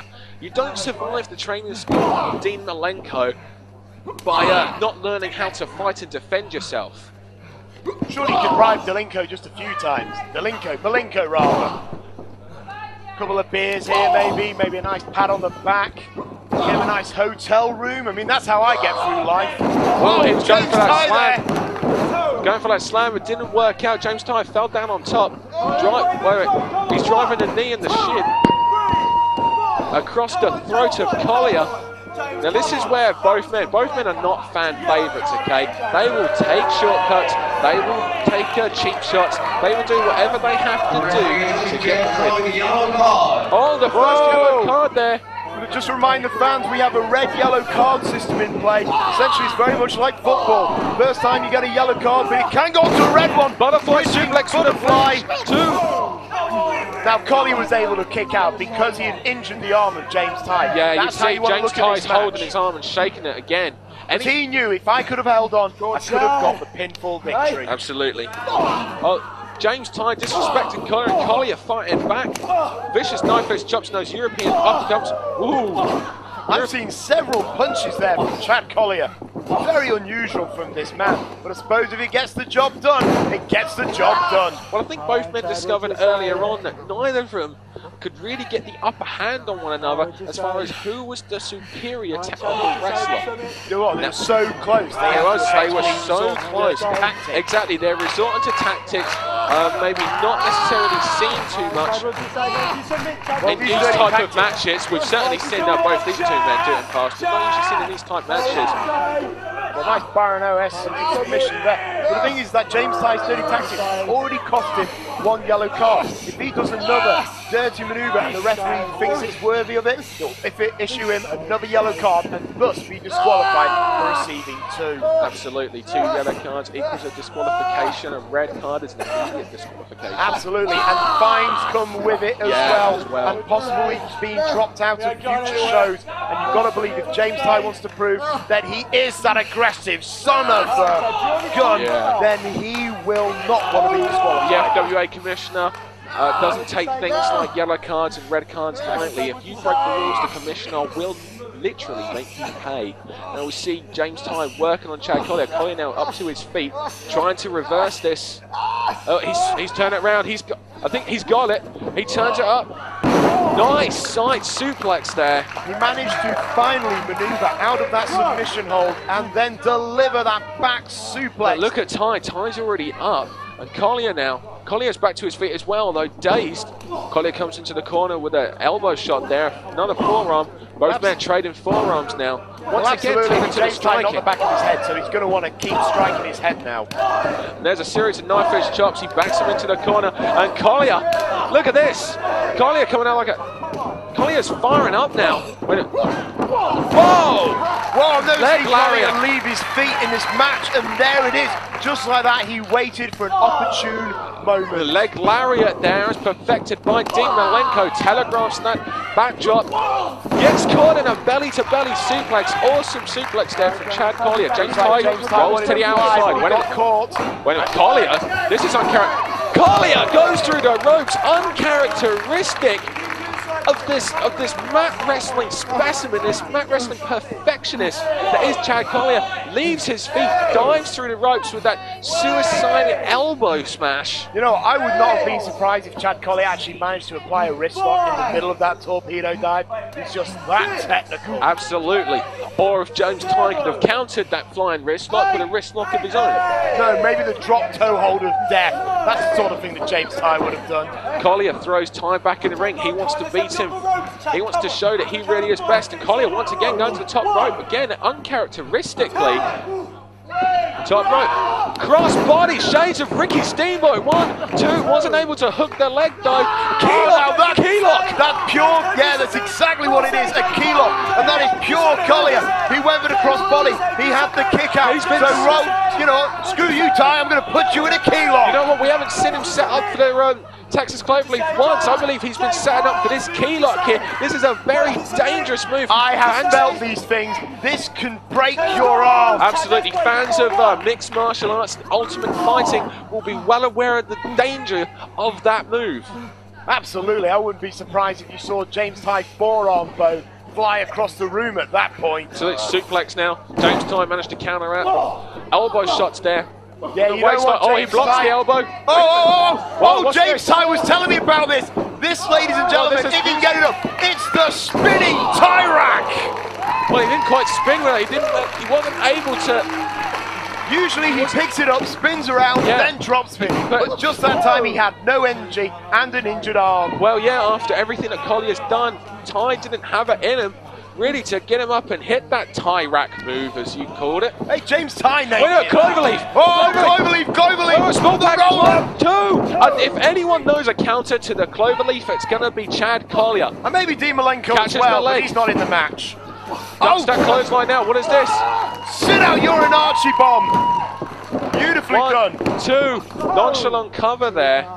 Maybe if he could have turned around, hooked the leg, he might have been able to have got it. I think he is just that worn down from this match. This has been a great match so far. James Tighe now picking up Chad Collyer, drops him down in that slam. And now James Tighe's going to fly. James Tighe's going to the top rope. Both men uncharacteristically. Wow, these dudes are really desperate to win this match. Whoa, he misses the moonsault there. And unfortunately landed awkwardly on his own legs. Now that could be devastating. Well, roll. 2, 3. No. 3. Oh, 3. That was close. Key lock. Key lock again. Key lock. Once again, going back to the key lock there. He saw a position. He made the most of it. Unfortunately, thankfully for James Tighe, he was near the ropes. Every time he gets the key lock, James Tighe somehow is able to reach I think we're just seeing the frustration there on Chad Collyer. He's delivered a series of fists to the forehead, and there he goes for this double underhook powerbomb that we've seen Collyer use numerous times. Another move feigned by Dean Malenko. Beautiful German suplex. 1, 2. That's actually one of James Tighe's special he didn't moves. get that. That was such a beautiful execution. Absolutely. And a beautiful bridge. And by all rights, he should have got it. But God must be on the side of James Tighe. Oh, wait a minute. Tighe fighter! Hooks the near leg. 1, 2. The problem with that pin is he's not able to. Chad Collyer, for all intents and purposes, has his entire upper body free. But both men now really have pulled out one another, and this has been the great match that I was expecting. Neither man have failed to deliver. In fact, both men have shocked me by doing uncharacteristic moves like going to the top rope. Like Tighe's going Tighe fighter. Yeah. Whoa, he blocks Chad it. Collyer is fighting it. Doesn't want to get hit in another one. Whoa, through the ropes. Oh, Cloverleaf! But has he done enough damage to those legs? I don't think so. No, he's turning him. He's turning him. I think he's almost got it. He's got it. He's got it. London, this match is over. This match is over, Nick London. It's only a matter of time. We can't get to the ropes. He's been working on the arm the entire match. Look how far he's sitting down with this Cloverleaf. It's tight, no doubt, but I honestly believe, and I was right, the damage was not done to the legs. Chad Collyer had not done enough to justify the Texas Cloverleaf. He's been working on that key lock. It came out of nowhere there, just to remind James Tighe, hey, I can do that. I was doing that long before you. I was trained by the best of that move. Whoa, Ensoguri, maybe he was going to trip up the leg and go for it again. James Tighe made him pay. Here we go, picks him up, and whoa! Oh no, James Tighe now going for the cloverleaf. Man, I wish I could do that. Can he turn him? Yes, he does. Awesome. Now, look at the height that James Tighe has on this. Look at the angle. Look at the arch on the back. Will Chad Collyer submit? Oh, he drags him into the drags him middle of the ring. Oh, look at the knee. Even tighter. Look at the knee. Look at the height on this. I've never seen him do it this tight. Collyer can't take much more of this. Can take his arms, hold on to the hold though. Submission! Submission! James Tighe! Yes, he's won! In a technical masterpiece, James Tighe gets the victory over Chad Collyer with the Texas Cloverleaf. What a match! That will be a match that I will be rewinding on my DVD copy of this. Hey, kids watching at home, don't ever upset the clown that comes to your birthday party, because he might undress, be James Tighe, and kick your mum's ass, or your dad's ass, or your ass. Fact of the matter is, James Tighe has come back from the greatest humiliation he has ever had in his career. He came from a clown suit to defeat Chad Collyer using his own move, the Texas Cloverleaf. That was a fantastic match, and even James Tighe showing respect for Chad Collyer. I myself am going to give this one a round of applause. I enjoyed it that much. Tighe extends the hand. Will Collyer accept? I wouldn't trust either of these men as far as I could throw him personally. You know what? The luckiest man in and now Collier's shaking hand as well. Absolutely. They hug. Whoa! James Tighe! James Tighe ruining the perfect end to a fantastic match. You know what? It's Johnny Storm! Johnny Storm! These two have had problems stemming for quite some time. And Johnny Storm, who obviously not happy with James Tighe. But let me tell you something, the luckiest man in the FWA right now is Ross Jordan, because James Tighe is too heavy for his title. But let me tell you something, I smell gold in the future for the formidable one. The following contest is set for one fall, and it's the FWA Tag Team Title. Introducing first.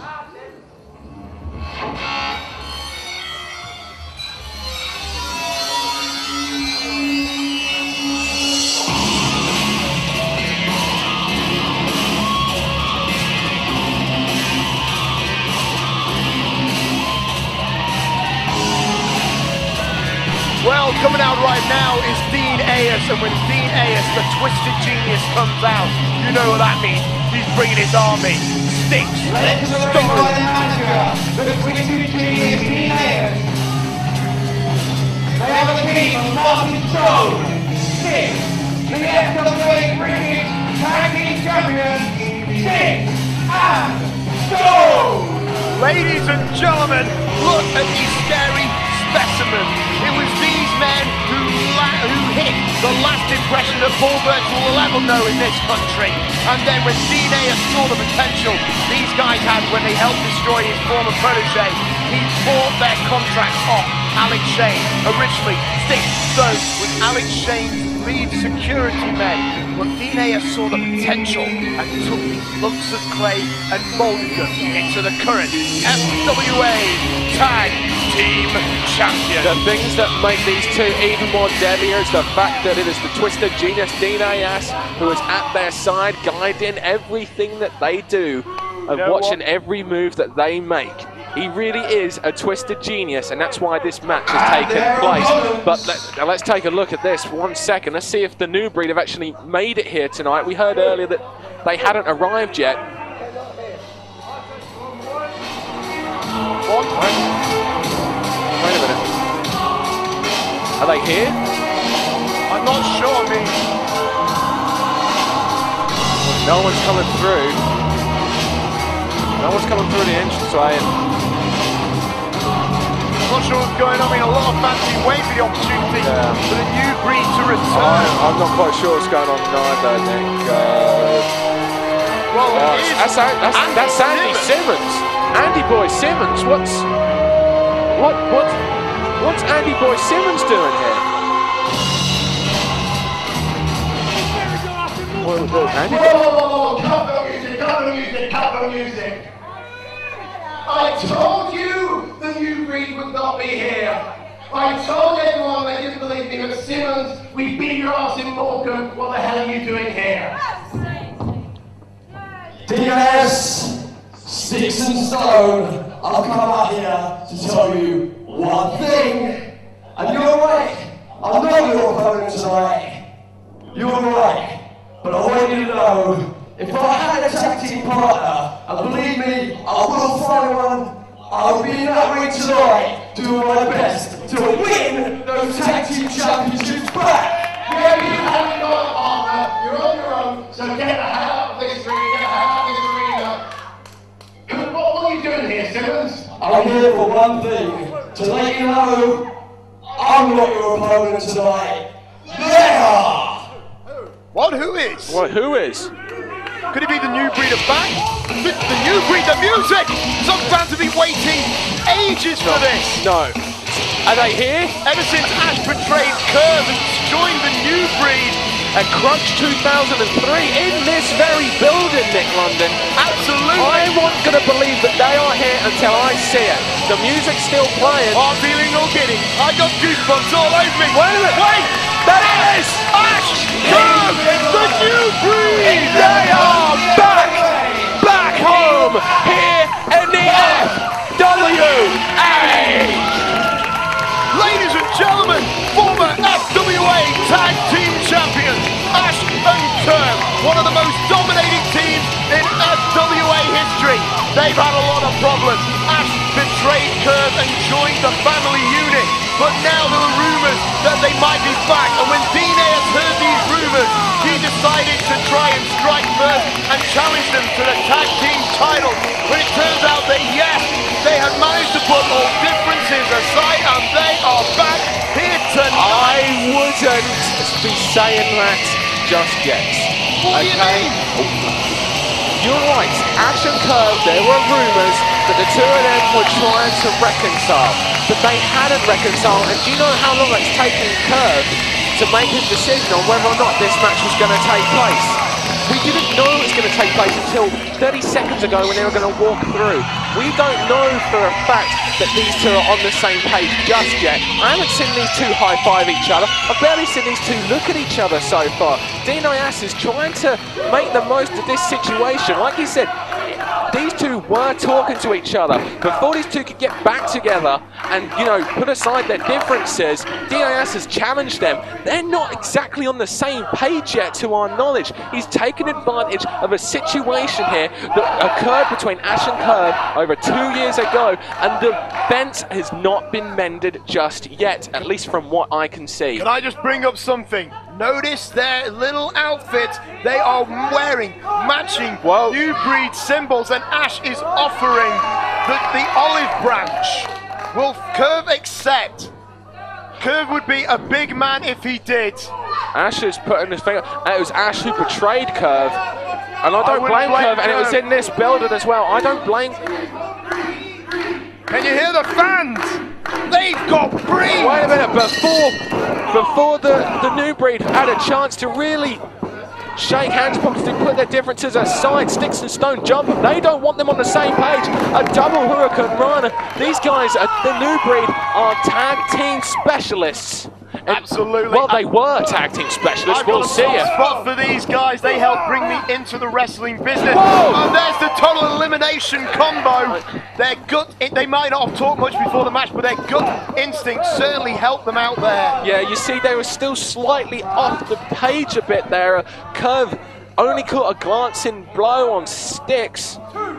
I mean, both men have actually been pursuing singles careers, and oh, look at that! Double baseball slide, though. Oh, I say that about what we just saw, but at the same time, it's almost a bit like they haven't been out of the ring, you know? No, they're showing this natural tag team tandem, which helped bring them so much success in the past. Whoa! There's a dive there, wiping out both men. And now, Curve's going to get stoned on the rebound. With that somersault plancher. Somersault plancher from Curve onto Stixx on the outside. The new breed, the tag team specialists that they are, now in full control over Stixx and Stone. Now, yeah, the new breed were a tag team for a lot longer than what Stixx and Stones have been. But Stixx and Stones have been tagging up a lot more recently than what the New Breed have been. Obviously, this is their first tag team match in the FWA in over 2 years. Well, absolutely. I mean, the New Breed have only just come into this. Both men have been pursuing singles careers across the United Kingdom and across Europe. Ash keeping his namesake of Ash. Meanwhile, Curve took his real life name, Phil Bedwell, and pursued a career as the Playboy. But now he has donned the New Breed tight, possibly only for one more time, to see if they truly can do it, to see if they truly can win the Tag Team Championships. And what if they do? What if they do win and then they end up facing one of the winners of the triple threat match later on tonight? Absolutely, so many disadvantages for every champion, and champions coming in tonight. Including FWA Heavyweight Champion, the show stealer Alex Shane. And the 2 men that are in the ring right now, Stixx and Stone, or Ash and Curve, should they be able to win the tag team titles tonight. Whoa, whoa, whoa, double front enziguri puts, wait a minute, I remember this. Oh, drop kick to the front from Ash. Vicious kick to the back from Curve. I don't know how wise it is for Stixx to be in the match all that much, because Ash and Curve helped train Stixx, so there's the man who they will know the most. I did not know that. Yes, they assisted in their training.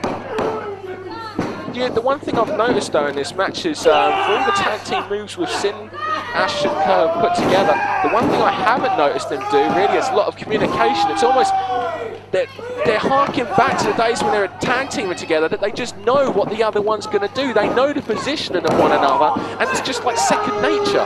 It's like they've got a sixth sense. They're psychic. Yeah. They know what the other man is thinking. It's like they've gone back 2 years. Yeah. And now Curve is being told off there by referee Steve Linsky. Wait a minute, Curve and Stone going at it on the outside now. Big slugfest, and you've got to believe that the New Breed didn't want this. 2-on-1 now on Curve. Stone is holding down, he's grabbing the hair. These guys, there's nothing technical. We're gone from seeing a technical masterpiece in Chad Collyer versus James Tighe to a barroom brawl, which this has turned into at the moment. You don't want to get filthy with the New Breed, because I'll tell you one thing, they actually do know quite a lot of no disqualification tricks, so to speak. Oh, and they distract the referee long enough to hit them. Wait. 2, no, kick out there by Ash of the Curve realising he's got to get back to his corner to try and get the tag from Ash, otherwise I'm pretty sure he'd have gone straight after Stone, who quickly made a beeline for his corner. See, tag team work now. Oh. Ash was always the strongest member of the New Breed, the most passionate. Notice the New Breed tattoo on his arm. Ash wants this more than anything. He wants this more than life itself. 2 count there. Martin Stone, the human breeze block that he is. It didn't take Martin Stone long, but Stone has been very impressive since joining the FWA to get gold around his waist. Okay, but the point is, he took a shortcut there with Alex Shane joining his security along with Stixx, and there's a nice, vicious, powerful suplex there. Good shortcut though. I mean, it led all the way to tag team gold effectively.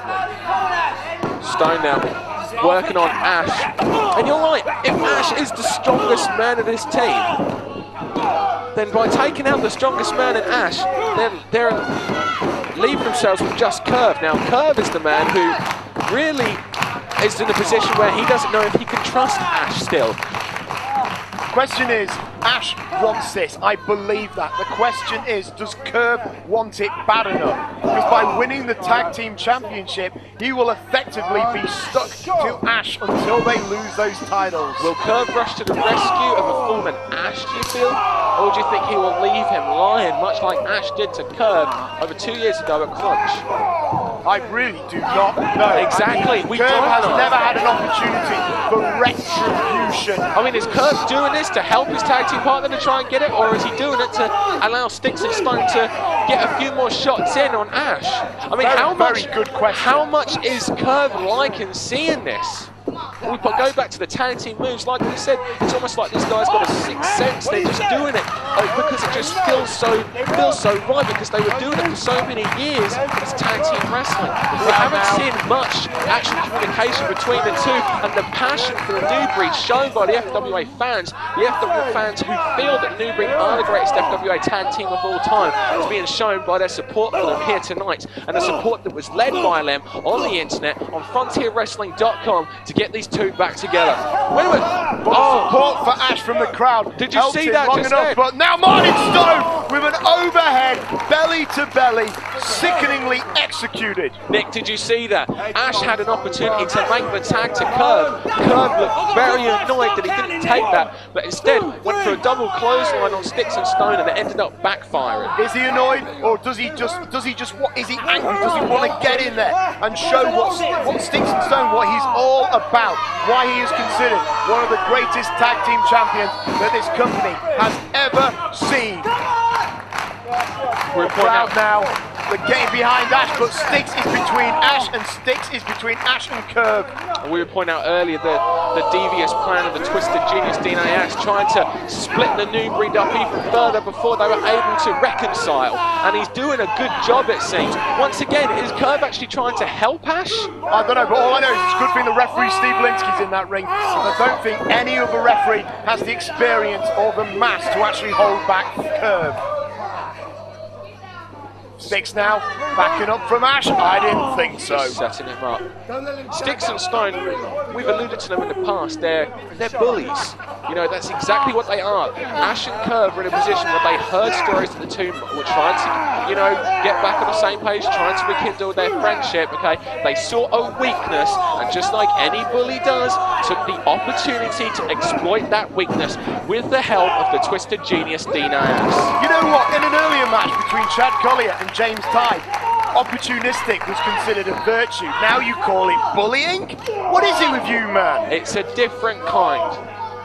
What, different kind of being victorious? Whoa! Oh, now that was beautiful. He caught him in a crossbody-esque fashion, but then swung it straight round into a brainbuster. And now Curve just couldn't see any more of this. Yeah, brainbuster come power slam come Northern Lights bomb. Very innovative move there from Stixx. And is it me or is Stixx really beefed up? I mean, he's looking a hell of a lot bigger than the last time I saw him. They're all looking in absolute fantastic shape. I mean, having spoken to Ash in a few months ago, speaking on the phone, I know he's worked very hard to build up. Meanwhile, Curve has actually dropped weight. He's trying to get leaner, quicker, more aggressive, much like the samurai warrior that is tattooed across his back. Meanwhile, Stones has just been watching lots of horror films and has been getting lots of bad ideas. And Stixx is just a monster. Stixx now just taking his time with the fallen Ash, picking him up by what hair there is there on the head of Ash, shouting at the fans, showing absolutely no respect. Once again, bullying tactics, trying to make the fans fear him. And a vicious knife edge chop. They have really cut. Oh, Ash is trying to fight back here, but no, he was cut off by Stixx. Ash showing there is still some life left in him. Well, Stixx and Stone now, looks like they might be going for some double team maneuver. Absolutely, toe hold, we've seen this before, and a leg drop. I mean, now you got Stones in there. Martin Stone. I call him a human breeze block because he's hard, he's ugly, he's practically a cuboid, but more than anything, he is as hard as a rock. He epitomised the word vicious. That's a good word to use. I'd say sick, depraved, potentially ugly, but more important than anything, just so angry all the time. Oh, vicious Samoan drop, fall away slam there, tags in Stixx. That was a lot of weight crushing down on the chest, the ribcage, the sternum of Ash. Ash has taken a lot of beating now for the last 6-7 minutes. Hey, just out of interest, have you ever tried picking up one of the largest breeze blocks in history and then just falling backwards? Because that's what Ash is probably feeling right now. All that weight, all that rock solidness, just driven the air straight out of his lungs. Do you know what? I haven't seen these fans getting behind Ash, but I haven't seen many attempts by Ash to try and make the tag, which is interesting. Saying that, the reason he hasn't had much opportunity is because he's getting flattened by Stixx and Stone. Oh, he's going for the embrace! He hits the embrace! Now Curve reaching out, wanting the tag. He's stomping his feet. He's trying to get these fans behind Ash. He wants that tag. That manoeuvre has helped Ash win several championships in the UK, but Stone is still not anymore. He almost kicked the head of Stone up. He almost broke the human breeze block into little pieces. And here comes Curve. Curve in the ring. Big kick there. Another big kick. He has had many Japanese influences to refine his style, and that was an excellent example of it right there. But Stone sees him from behind. A lot of people don't know this, but Curve, actually, one of the men who helped train Curve was arrested by the name of Chris Benoit over in the United States. Actually, that was Ash, but thank you for your contribution. Anyway, he's going for a side T-bone, and he hits it. Curve, as you can see, the striker of the team, going for the cover, and Stone makes the save. And now Ash back in the ring to cover Stone, and it looks like we might be seeing some more double team tandem manoeuvres from the new breed. Whoa, wait a minute, both men trying to Irish whip Stixx and Stone in. Oh, Stixx and Stone, however, using their power. Oh, using a battering ram over the shoulders now. Another battering ram? No, this time it's a meeting of the minds between Stixx and Stone. Oh, stereo suplex from the new breed. That is old school new breed. Ash is almost out though. Ash, look at him. He landed awkwardly with Stones, who is the bigger man of their opponent. They're picking up Stone now. They're trying to. What are they selling up for here? Not sure, but Stones is being whipped off. Oh, Stone caught a Curve there, and a short arm clothesline almost decapitating Curve there, and now it's Ash with a series of elbows, knees, European uppercut there, going for another version of that embrace, sent into the turnbuckle. Here comes Stixx, crushing the back of the neck of Ash, and whoa, my goodness! He just took his head off. Curve also caught Stixx with a lariat of his own. And now there is Curve with those strikes. Double clothesline. Curve took out Stixx with a lariat. Curve has shown himself. Stone took out Ash with a lariat, and then Stone and Curve took out each other with a lariat of their own. Curve has shown that when he chooses to be, he is the strongest link in the new breed chain, if he chooses to be. But it looks as if the new breed might just about do it. They might reclaim the FWA Tag Team Championship. Ash now sending a much larger Stixx into the corner. It was reversed due to his power. However, Ash gets the boot up in time, charges, and Stixx, who hits that unbelievable black hole slam type maneuver there. Well, it certainly sent him into a proverbial abyss. Oh, there we Curve go. makes the save. That was good. Curve now kicks to the midsection, picking up for something. Fisherman Buster. He stalled it as well. Trademark to the back of the Curve there. But now Stone from behind. No. Wasted. Oh my goodness. Oh my God. He's got a broken neck. He has a broken neck. Well, most likely after a manoeuvre like that. Oh no, he's moving. Just okay, about. Not really with it, but he's trying his best to move. A normal man. Whoa, nice flying knee there from Ash. This match has been fantastic. So competitive. Rejuvenating the tag team scene in professional wrestling the way that only the FWA can. Curve's getting into it. Curve, that adrenaline's getting running through him. Wait a minute. Ash and Curve signaling for something now. What is... Well, I'm not sure they've done many double team maneuvers in their time. Let's see which one they hit. Wait a minute, he's picking him up. Oh, wait a minute. He told me about this. Wait a minute, I've heard it. He told me about that move. And there's a pinball attempt that Dean Ayers is up on the apron. He called that the spinal shock. And I'm not surprised. Curve has got Dean Ayers now by the throat. Ayers is trying to get out of this anyway, trying to worm his way out of this any way he can. Ash is in the ring now with Stixx. Ash taking Stixx to the corner now. Oh, wait a minute. No. I remember this. The Van Breedenator. Nick, do you remember this? Yes, I remember this. It's one of Ash's specialities. Wait a minute. No. He's trying to drop kick all the way to the other end. Ash was signaling something to Curve, but Curve's not really... Oh, it's the stereo Van Breedenator. Whoa. Unfortunately, the miscommunication cost them. Yeah, the lack of trust between Curve and Ash ended up costing them that. And then a vicious powerbomb there. You see, they're still not quite on the same page every now and then. There's that lack of trust from Curve to Ash, and Ash really has no one to blame but himself for turning on him originally 2 years ago. Usually the new breed jump from separate corners and crush their opponent, but now it looks like Wait a minute, no, going to finish the it's job. The one-way trip. No, the one-way trip. Wait, Ayas has gone. Oh! Curve was coming for the save, but Dean Ayas managed to interfere and a double pin from the champion. Dean Ayas, it was a 3-on-2 situation. Not only was there a lack of trust between Ash and Curve that Ayas tried to capitalise on, but you got to remember, Ayas was, as the corner man, was making this a 3-on-2 handicap match as well, which ended up paying dividends for them as Stixx and Stone retained the FWA Tag Team Titles. Unbelievable. You're going to wonder if Ayas hadn't have been there, if the match would have ended the same way.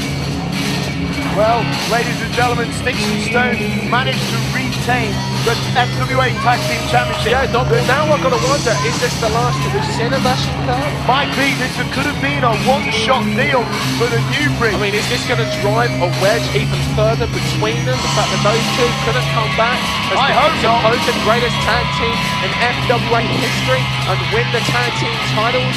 I hope not, because it'll make all those school reunions very, very awkward. Now, ladies and gentlemen, I do know still to come that we have the FWA Heavyweight Title, Alex Shane versus Joe Legend. However, we've still not had the triple threat match. We don't know when it's going to happen, because it will happen on the card due to a random drawing. But the closer we get to the end of the event, the more likely it is to happen. Jonny Storm, Jody Fleisch, Spud, the winner gets the title shot of their choosing. And the more likely as well that someone like Leroy Kincaide, who won the All England title earlier tonight, if he is chosen, or Ross Jordan, who was in the opening match, have time to regain their breath and their composure, as opposed to the man who would have won that match and then possibly challenged that person who just wrestled a match. What about Stixx and Stones? They're looking very, Wait a minute, Ayas has got the mic. Unsurprisingly, Ayas wants to talk. I told you all that you are looking at the best tag team in Britain today. And we have just proven that we're the best tag team in the FWA, past, present and future. I disagree. You relics from the past, we wipe the floor with you. Clean 1, 2, 3.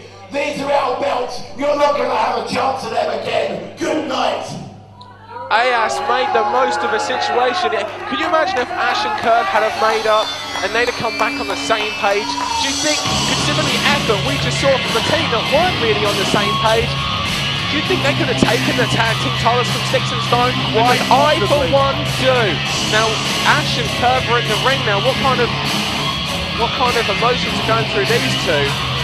Ash was there for Curve all the way, mate. Well, this has shown Curve that this is legit. Well, or is there still that heat between the two? Apology to Curve. Well, but Curve at the same time, if he'd have gone to the top rope for that linchpin finishing move of theirs, maybe they'd have hit it and then got the victory. And it's not like Curve wants anything to do with Ash. It looks like Curve isn't prepared to forgive and forget. He's leaving. So the fans want it. Nick London, I want to see these two back in the FWA, especially after a performance like that where they weren't even on the same page throughout the entire match. If they what are shake hands, these guys capable of when they are? If they would shake hands, it would warm my blackened heart. I know that for sure. Wait a minute. Curve's back in the ring. Oh! Yes! Yes! Nick London! Nick London, we recognise this! We recognise this! The new breed are back in the FWA!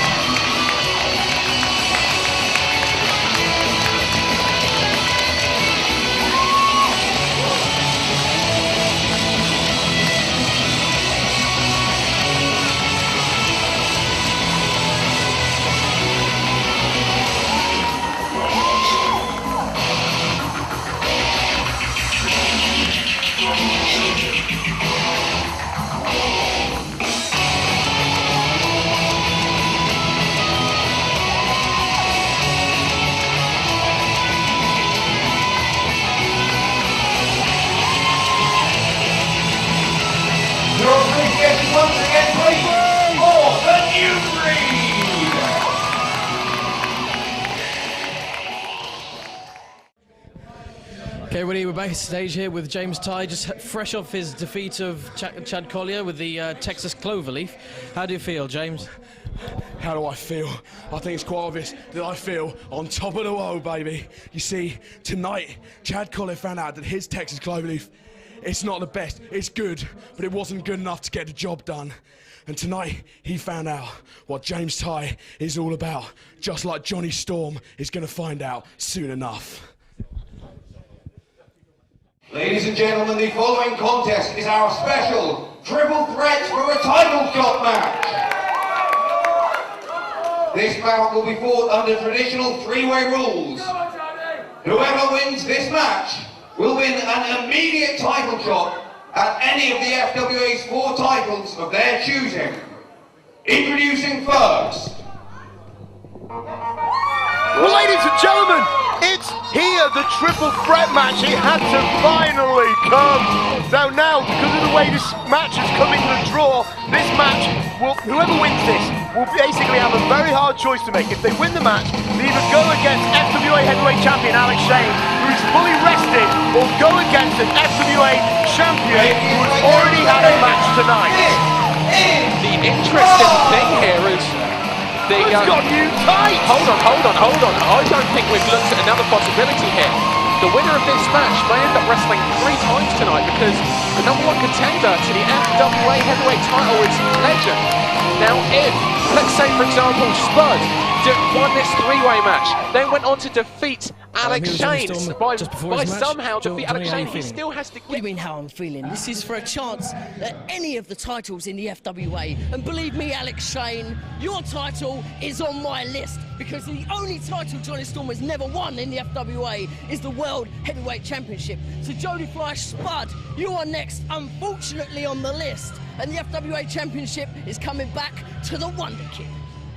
Disadvantage by having to wrestle 3 times, and I think it's almost 3 times on the trot. Do you know what I think might potentially happen?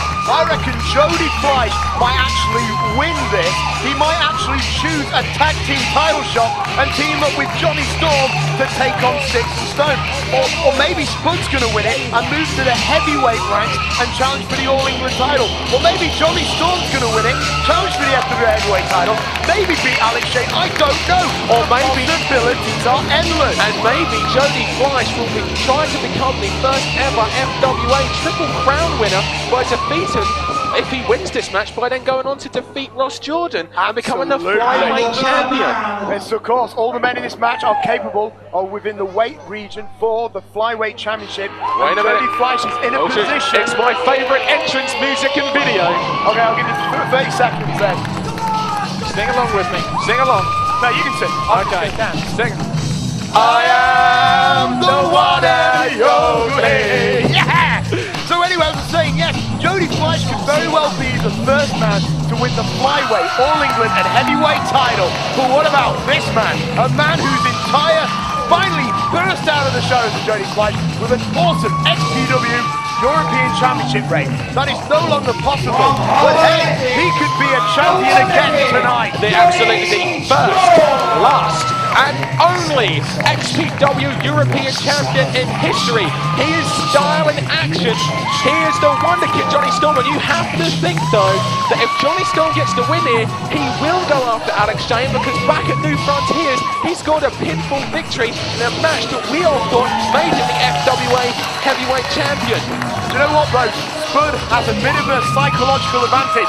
The last time we saw a flyweight freeway, Spud came on top of that match, and that was in the Coventry Sky Zone for British Uprising. Spud has wrestled both Jody Fleisch and Jonny Storm. In fact, they competed against each other in a round-robin tournament in Enfield, and Spud actually came out on the losing streak to both Jonny Storm and Jody Fleisch in that night. So some redemption here as well for Spud, possibly on his mind, as well as then going on to get a chance at the title. Hey, where's Jody Fleisch gone? Where's Jody? Oh, sorry, it was all that camouflage.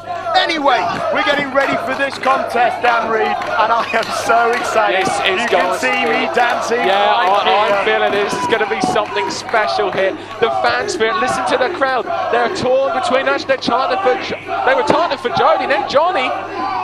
And there's Spud as well. The hands are torn between these three guys here. I don't know if it's the caffeine, the sugar, or the Kincaide, but I'm really feeling the buzz right here. Oh, yes. Do you feel like we're about to witness history? I do. But double headlock, nicely done. Series of headlocks here with Jody Fleisch taking the brunt of this. Not only with Johnny Storm's weight, but also the 9 stone, 8.5 stone of Spud. Double shoulder block here. Well, the thing is, Jody Fleisch and Johnny Storm have tag teamed together in the past. In fact, Jody made his return to the FWA, and his first match was a tag match alongside Johnny Storm, defeating James Tighe and 5-star Mark Belton. Well, this is why I think potentially tonight we're going to see Jody Fleisch, Johnny Storm. That looked nasty. Yeah. Every single one of them was missing something there that unfortunately resulted in Jody Fleisch almost breaking his neck and dislocating his shoulder and causing whatever possible damage with that high-risk maneuver, the shooting star press. Right, well, let's see where this is going. I mean, Dan Reed, honestly, who do you think is going to win? And what title do you think they're going for? I'm picking Jody Fleisch, who's going to go for the Flyweight title and become the first Triple Crown singles champion. I'm picking Johnny Storm, okay? With the streak that he's been on this year, it's only a matter of time before he becomes the FWA British Heavyweight Champion. If there's anyone in the FWA who could wrestle 3 matches, perhaps on the trot, defeat every single man in that match, it's Johnny Storm. Well, you know, Johnny Storm could win this, beat Alex Shane, and then just not purposely get disqualified in the last match. Absolutely, he'll still retain the title. And Johnny Storm is the kind of wrestler that would do that. He is smart. I mean, that's what I tend to do. It means I get to go home early. Anyway, Johnny Storm now bulldogging Jody Fleisch and then reapplying the headlock. Headlock. Hey, that's my trademark. Back off. I'm a Johnny Storm fan. I can't help it. Anyway, nice little bit of a snap there on the neck. And Spud now, the rabid underdog, as I like to call him. When you put him in a situation where he's the underdog, that's when he prevails. Well, there ain't no bigger underdog situation than Johnny and Jody. Double super kick. Well, the wonder kick of Johnny Storm, the super kick of Jody Fleisch. And yeah, you're right, he is the underdog. Because if you notice, you picked Jody Fleisch, I picked Johnny Storm. Eat your heart out, Shawn Michaels, with that kick. That was amazing. Which means that neither of us actually believe that Spud can win here. Of course, we could be proven wrong. It wouldn't be the first time that Spud's upset anyone in the FWA. Who can forget that fantastic match he had with Hade Vansen? Well, absolutely. Almost won the All He's England very title. good at upsets. I remember when I first saw him, and my God, I was crying for ages. With Johnny Storm now managing, double knuckle lock situation. Spud taking a bit of a back seat here to see who's going to survive this exchange. Perhaps the greatest feud in British wrestling history. Jody Fleisch through Johnny Storm going at it right now. This in the centre of that FWA ring. Whoa! Springboard off the shoulder. Whoa! Both of them went to the same idea, and now both of them chopping one another. Both of them moonsault. Whoa! Unbelievable. Interesting. There's a lot of angriness in the ring tonight. Look out behind you, because there's Spud! These two may be so preoccupied with one another because of that one-upmanship and the history that they have. They may forget about Spud occasionally. Double knees. Spud in charge. A series of double knees now they're down. Vicious, the point of the knees going into the chest of both men. Springboard now. Once Spud starts running those ropes and springing off those ropes, you know he's in charge now. Who do you think's perhaps the most agile? Who do you think's best on the ropes out of these three? Spud, without a doubt. It's just that Jody and Johnny are maybe feeling a little bit of age creeping in these days. Spud is the hot, new, young man in that ring. He could very well cause one of the biggest upsets. Hurricane Rana. Double springboard. Hurricane Rana. Spud now.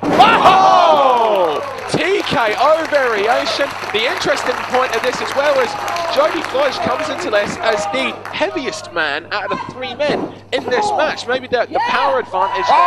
Flame on! Here comes the Fantastic Four combo. 3, 4. Only one thing left. That's the step up Inzaguri. And Spud took all of it. He took absolutely everything. Jody Fleisch breaks up the count after the Fantastic Four. Stomp to the back now. Look at that. Jody Fleisch goes after Johnny Storm. You know what? Jody Fleisch actually won his first FWA Championship in a triple threat match all the way back at No Surprises 2 in Portsmouth when he defeated Solid Gold Scott Parker And I think, I can't remember the other guy, he escapes me. But all you need to know, it was a phenomenal contest. Absolutely. Well, it was Spud now with a series of Inseguri of his own, and we know what comes next, that neck breaker. And he's got Jonny Storm. And there's Phoenix waiting for him up top so he can do some more damage. Yeah, but no, Spud caught him off. Spud is obviously the quicker of these three men in the ring, the lighter of the guys as well. There's Jonny Storm. Double Japanese arm drag. And Jonny Storm flips with them. Jonny Storm knows he has to get back into this contest. You can see him shaking his head. He might have hurt himself on that maneuver. Another thing, though, that I've got to ask you about next, someone with ring experience like yourself, I'm going to point out, is these three are known for their daredevil style. Now, we've already seen Jody Fleisch perhaps nearly cripple himself early on. Now, considering the potential here of then having to wrestle again, how important is them to maybe limit that high-risk style to save it for when they go on for their title match? Well, it's a huge factor, and you ask me, a man with rings experience, and let me tell you, I don't ever leave my feet. Seriously, as far as I'm concerned, if I can get him in a headlock and hold him there, I'm perfectly happy with that. Oh, that's an innovative move. Jody Fleisch recently has been learning to use every single part of that ring to his advantage. He likes to use turnbuckle. Yeah, weapon. He likes to use the tornado DDT into the turnbuckle as one of his premier moves now here in the FWA. He sets Spud up on the top rope with a rocking right hand. What's Jody Fleisch setting up for now? Jody. Whoa! Oh my goodness! See that? Lord Danny! The height of that was unreal. That was not just the height of the top rope. That was the height of Spud sitting on top of the top rope with an unbelievable Hurricane Runner head scissor take over there. Gets a 2 count. It was like a Frankenstein, didn't it? He almost drove his head actually into the mat. Hard there. The height, the force. Unbelievable. When there's Jonny Storm. No. German suplex. Oh, lads with a moonsault on Spud. That was absolutely sickening. And Jonny Storm, toodles, my friend. You need that sick drive so you can go all the way for the gold. And poor Spud, after taking that vicious Frankenstein-like head scissors from Jody Fleisch from the top rope, he then had Jody Fleisch German suplex from Jonny Storm and landed a moonsault position on top of him, taking their wind out of him, making it harder for him to breathe now. I mean, after the way these three guys have been going at it, how much more is left in them already? Well, look at the damage to Jonny Storm too. This is why it's not wise to do top rope superplexes too often. You land on the back of your own head. So Jonny Storm has sacrificed a few brain cells just to really pee off Jody Fleisch and Spud. All three men back up now. Do you really think it's fair that we refer to Spud as an underdog? I mean, he's proven time and time again, really, that he deserves to be in there with the main eventers of the FWA. Well, of course he's the underdog. He's smaller than everyone else. He has less experience than everyone else. Oh! And look at that powerbomb from the springboard. I honestly thought Jonny Storm had it right there. When will Jody Fleisch learn he cannot hit that move on Jonny Storm? Oh! 2, 3, oh my God, I thought he'd done it. I thought he almost did it there. Well, here we go now. Jody Fleisch is going to pick on the little man in the match. Yeah, did you see that? Jody Fleisch hit a clubbing blow to the back. How often do you see Jody Fleisch do that? Not very often, because it's not often he's in there with a smaller guy. However, Jody Fleisch now taking a bit of time going up to the top rope. This is Jody's home away from home here. The Phoenix will fly, but what will he do? Shooting star press, perhaps. No, he lands on his feet. No, he was aware of that. Thinking on his... There it is! That tornado DDT into the turnbuckle. Turnbuckle DDT, and Spud is knocked out right here. Now maybe this is enough now for the Phoenix to go to the top rope. He springboards up. He wants that shooting star press, and he hits it. He hits it. He's won it. He's won it. He's won it. No! Spud kicked out. Spud kicked out of the shooting star press. Jody Fleisch was one step closer to a championship. Whoa. Rewind Corona out of nowhere. 1, 2, 3. No! Whoa. Oh, I don't know about that. I don't know. I think that was a 3. Close. Well, Andy Wilden, he basically said, no, Johnny, keep on going. And now, Spud, satellite DDT. Oh, no, reversal. Whoa! Beautifully hit. Wait a minute, that's James Tighe. No, James. Jonny Storm's nemesis, James Tighe, has just interfered in this match. He doesn't want Jonny Storm getting involved. Wait a minute. Roll up from behind, 2. 1, 2. Springboard off the ropes. Whoa! After James Tighe had that fantastic masterpiece of a wrestling match with Collyer, why does he have to go ahead and ruin what could potentially be another what has been a fantastic match here tonight at Hotwired? Well, you know what, Jonny Storm, glory hogger. Glory hogger, yeah, absolutely. He wants that glory back. But anyway, Jonny Storm has sacrificed his place in this triple threat match to get even with James Tighe, and Spud with a hot potato off the top rope. That double springboard hurricane, no, double springboard somersault plancher there, sorry.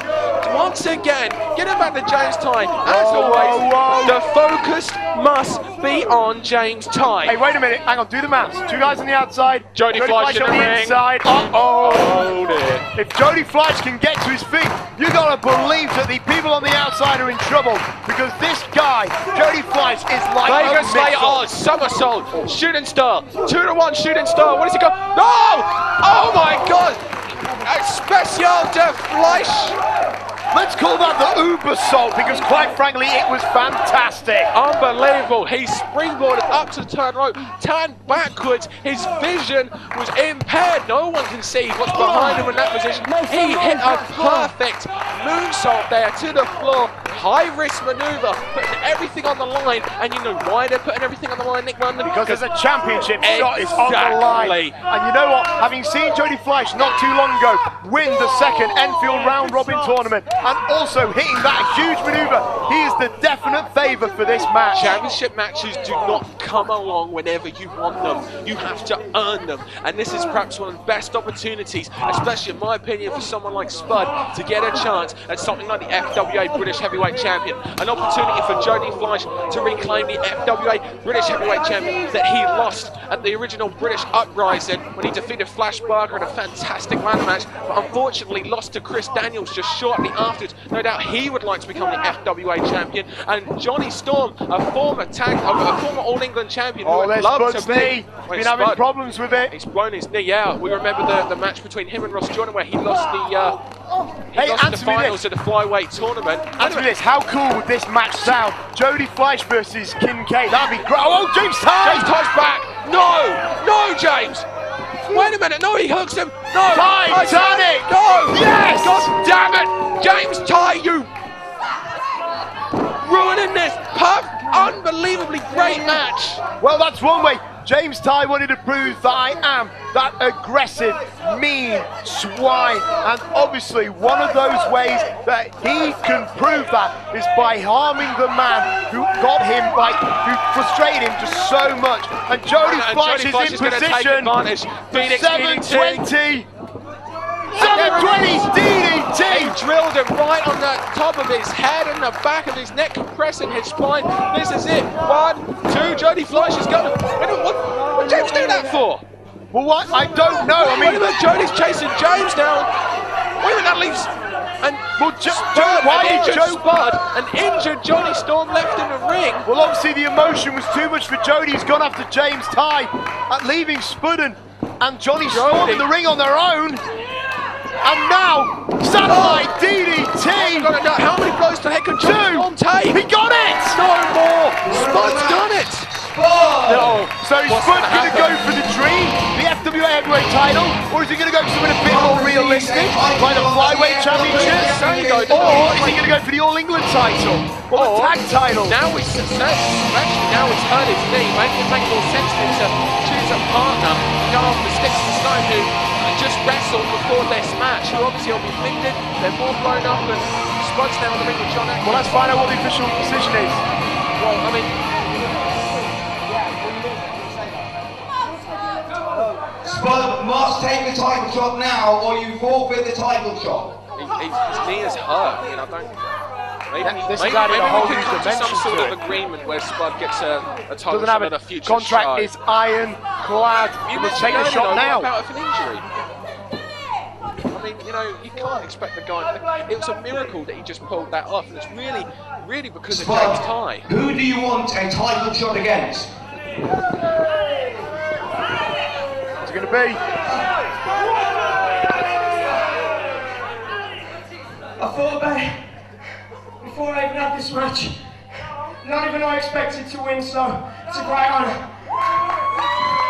Well done, Spud. I would, by all means, go for the All England belt, but Leroy's fought so long and hard for that, and he deserves his night. Suck up. I would challenge Stixx and Stone. Which I think... Title. But man, I haven't got a partner, and those are some big dudes. So... It makes a very good So point. that leaves probably the FWA Heavyweight Title. All of a fan screaming no. On any other day, I swear to God, I'd love to face Alex Shane and have the opportunity to fight for the best belt in this damn country. The FWA belt means more to anyone backstage than any other belt in the whole country. And even though I want it, but when I'm not 100%, I'm not stupid. And you never know, I might get a little bigger in a few years and I might be a heavyweight, so you know. So I would love to, but not tonight. God bless Spud keeping a sense of So that humour. leaves Ross Jordan. Now a lot of critics have said, you didn't really beat me that last show because I never tapped. The ref stopped it. In my eyes, Ross, you ain't the true champion. You might be my friend, but you never beat me, pal. So come on, have a me and you, Ross. Interesting. A smart move. Kind of smart move from Spud there. I mean, and obviously he's still smarting from his last match with well, Ross Jordan was ready to leave. Ross Jordan's not even dressed to compete. Well, Ross Jordan honestly thought that he was going to pick an FWA Heavyweight Champion. Okay. You know, Spud, I got a lot of respect for you, especially after tonight, since you just beat Jody Fleisch and Jonny Stole in a three-way match. I've also got to respect the fact that it's your decision now to choose whichever champion you want to go against, and you've chosen me. But I'm going to be totally honest with you, dude. I didn't expect you to win tonight, so I didn't expect to have to come out again. You know, I'm changed, I've showered, I got my bags ready, and to be honest, man, I'd rather take you at your best. So I tell you what, man, you want to go at Morecambe, you want to go at Gold Rush, anytime, man, no problem. You ring me up, man, we'll do it then, okay? If I was Spud, I would take that chance there and get him chance to become 100%. Oh. I mean, you could make me tap over as 100%, so I'm at 30%, Ross. Well, Come on, it's an easy night for you. You wrestled earlier on in the show, come on. Well, I don't know if this is why he's taking Spud antagonising the little dragon, Ross Jordan. Ross Jordan doesn't want to have to defend his title again tonight. No, well, this is... I'm not quite sure how wise this is. If I was Spud, I'd... The bag of jokes aside, alright? Okay. Alright. You know I'm 10 times better than Bagger anyway. Do you know what he's talking about? Because I ain't got a clue. You serious you want to do this? Come on, Broxbourne, do you want to see a flyweight title match right now? Let's do it. Well, here we go, Oh Ross Jordan versus Spud. Yes! What is he playing at? Well, he's like taking his advantage. He's going to work on that leg. If Spud wants his title shot now, then he's got to take it right now. Well, I guess so, but there was no need to go and do that from behind. And Spud, look at Spud fight! Look at Spud fight! That vicious knee might lock there. just want to tap. Spud might just want to end this right now. Yes, if I was Spud, I would do just that. I'd also be thinking, why didn't I wait and take the match in Morecambe or in Blackpool, or coming up at Gold Rush on November 26th back here in Broxbourne? But his heart, his drive was telling him, fly Spud, fly to the title. But now, Spud is fighting back for Ross Jordan, who's too rested and too healthy. While he did say that the FWA British Heavyweight title meant a lot, the FWA Flyweight title also, oh my goodness. That will almost sent his kneecap out of his leg there. The FWA Flyweight title is something that he wanted, he feels he deserved. He never tapped in the finals of that match. Schoolboy, 2, 3, oh, almost did it. How prestigious has the flyweight belt just become? Spud defeated 2 of the best, and he forsook all of the titles for the flyweight championship. Absolutely, he wants the flyweight title.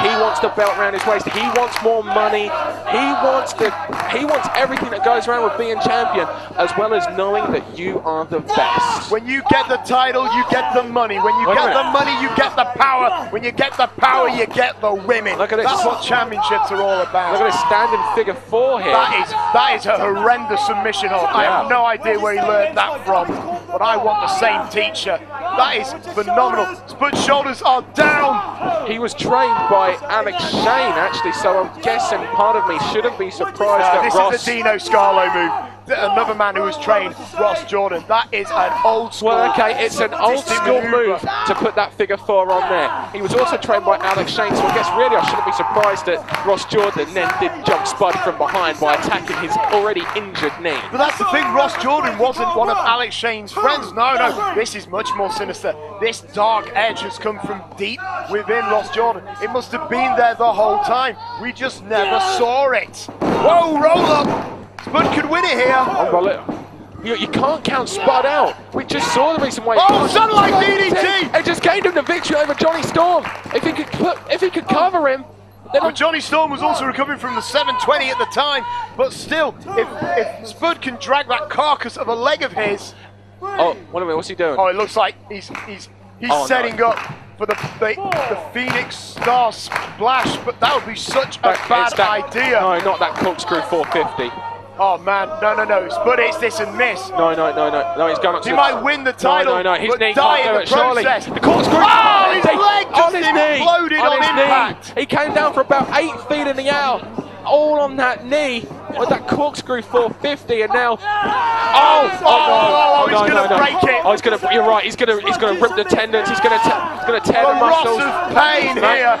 This must be the Ross of pain. I've heard something about this, but Spud so desperate to reach the ropes, but he just can't reach it. No, he's turned it into a sidelight of a variation of the STF. Spud won't quit. Spud will not quit. Spud must also be fading out. He has the arm around his neck. Spud's light must be slowly dimming, and the only thing he can remember is the pain in his extremities. Spud is no stranger to submission holds being applied on him. He made his debut against James Tighe, of all people. Then this guy can take it, as we are seeing here tonight, here at the Broxbourne Civic Hall for FWA Hotwired, and another variation. What did you call that move? The Ross of pain. And now surely the referee has to stop this. Never mind Spud, the referee must stop this for a second time in a row. Notice this time, instead of pulling back on it, he's actually pushing down on the leg, putting more weight on the knee, more pressure on the knee, possibly hyperextender and tendon, tearing those tendons in the knee of Spud. And if I was Spud, I'd think about tapping just on the basis that this isn't worth ending your career over. You will get another shot when you're as good as Spud. He's faded out. His arm drops one more time. Not to paint that much. No! Spud is hard! Count him out! You cannot count Spud out. He got the ropes. Come on. But surely this is just denying the inevitable. I don't know if I want Spud to continue or what. Ross no, Jordan, not again. So frustrated, so angry.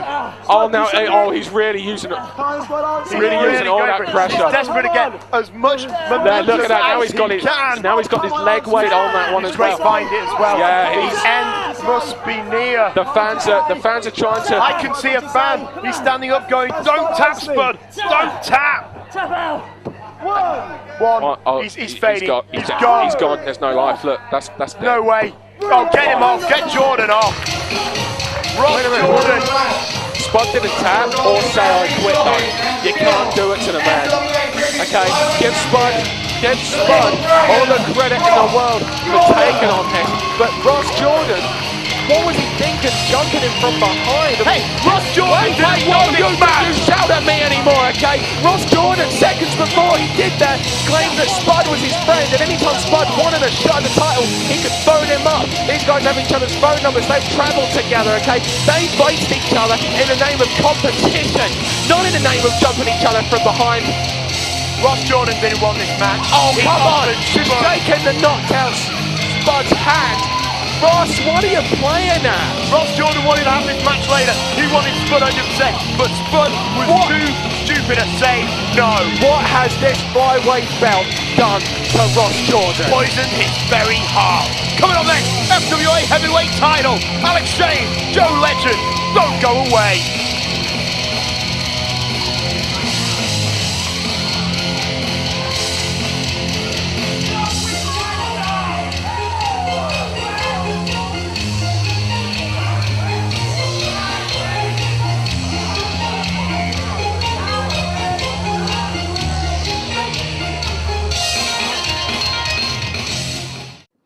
Ladies and gentlemen, it is now time for tonight's main event. The following contest is set for one fall with a 1 hour time limit and is for the FWA. Hi everybody, I'm backstage with Joe Legend before his match for the FWA Championship. Joe, how are you feeling going into this match? Fired up. Usually, I mean, hey, backstage I'm calm, I'm cool, I'm collected. I don't waste any energy, I don't waste any emotion. Now I'm running purely on hate. This guy, he's got a beating coming. There's no excuse. I heard what he's saying. I've seen how he's manipulated Hade. I've seen how he's manipulated Leroy. I see how he manipulates everybody around him. That's how he's kept his little belt on his waist. That's not happening today. Today I'm going out there, I'm taking care of business, and I'm going to walk out with a championship. Bodyguard. Heavyweight champion, the Scotia, Alex. Is that Charlie Rage as his bodyguard? That is Charlie Rage. Oh my goodness, he couldn't have found himself really a better bodyguard than this guy.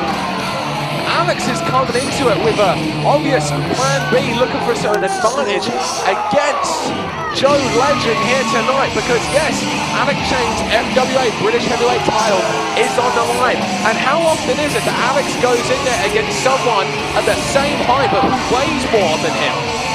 Well, good point. I mean, Alex Shane, actually the underdog, I don't really know, but all we know is he is the FWA Heavyweight Champion. I've often called him the planet eater. He goes across the expansive space that is British wrestling, devouring other companies to sustain himself and that championship. I mean, after all, he is probably the closest thing we'll ever get to an undisputed British Heavyweight Champion. And Alex has the mic. First things first, never fear, because the show stealer is here. Oh, lucky us. I feel braver already. Now, the fact of the matter is this: tonight I have a match against a man known to you all as Joe E. Legend. You see, well, while I've been working my nuts off in this country, trying to make British wrestling incredible, Joe Legend was involved in the biggest farce British wrestling's ever seen, ITV Celebrity Wrestling. Well, you know what? I may not like the guy, but he's got one. That show was about worthless peasants' pathetic existences, but the fact of the matter is this: Joe Legend. Shut the fuck up! Shut the fuck up! So you know it's really funny, it's exactly what I say to your mum at 4 in the morning when I'm f***ing brains out. And she's still doing it until 7! Now! The fact is this: to everybody in this building, Joe Legend may be a big star, but to me, he's just Joe. Reference there to his former Titan character that was unfortunately less than successful due to a creative direction. Before we get on to this match, you see, the fact is, Joe Legend, that I have read the small print in my FWA Heavyweight Title contract, and it states quite clearly that I must defend the title once every 30 days. Well, the fact is, on Tuesday, I went into Joe Legend's domain, All-Star Wrestling, at the Korean Fairfield Halls, and I fought Joe Legend for this. Now the fact is, Joe Legend may have beat me with a count-out. If he wants to take that victory, then that is fair, if that's what he wishes to do. But the fact is, shut up, you piece of... But the fact is, Joe Legend, that means you have forfeited all rights to getting a shot at this right here tonight. But if he does beat me here tonight in an untitled match, then it means he gets a title shot. So before we go any further, hey Vansen, I want you to get your ass out here right now. Oh, hang on a minute. Whoa. I don't play these musical subjects that Hade Vansen is allegedly the best friend of Alex Shane. Obviously a lot of tension here. Well, Hade Vansen earlier tonight losing the All England Championship. Hade not particularly looking, he's not looking happy, and who could blame him? He lost the All England title right earlier to Leroy Kincaide, and now he's being called out here. You know what, Hade? In 2001, I trained you. You were my protege, and right here tonight, you lost your belt. 2 years held that thing. When I set up that match with you and Leroy Kincaide, it was almost going to be like a warm-up. I thought there was no way you were going to lose. And the fact is that you're standing there without that cocky grin and that cocky swagger, but more importantly, without that FWA All England title. Leroy's got what's coming to him in a second. I'm talking about you, Hade. But you know what? Forget about the All England title, because you've blown it, son. This is the only belt you need to focus on. I've done you favours. Tonight, when I need your help, if I need your help, I want you to be there for me, and forget about Leroy. Leroy Kincaide, you get out of it right now!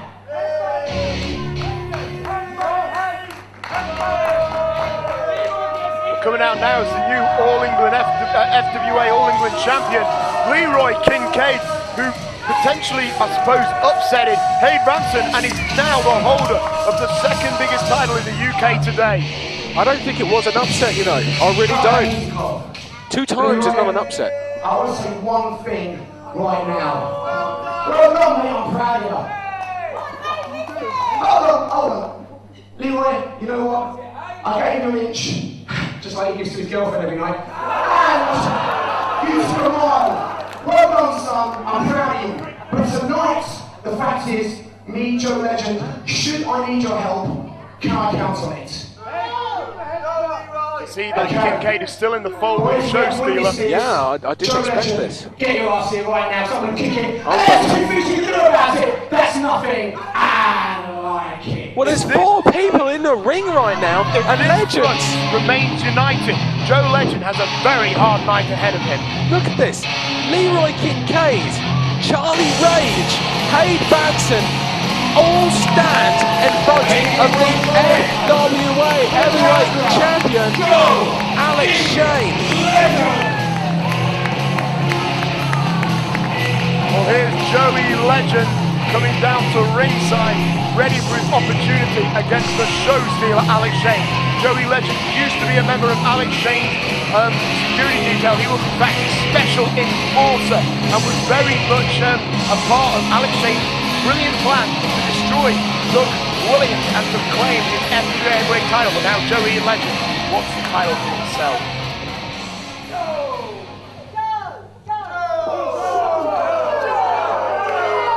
I like that. Joe! Do you like that? Joe? Joe! I guess I can speak from everybody in this room when I say shut your sorry ass up.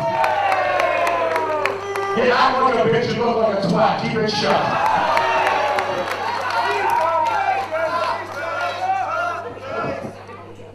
Now, first of all, I plan to come here to get a shot at that British championship.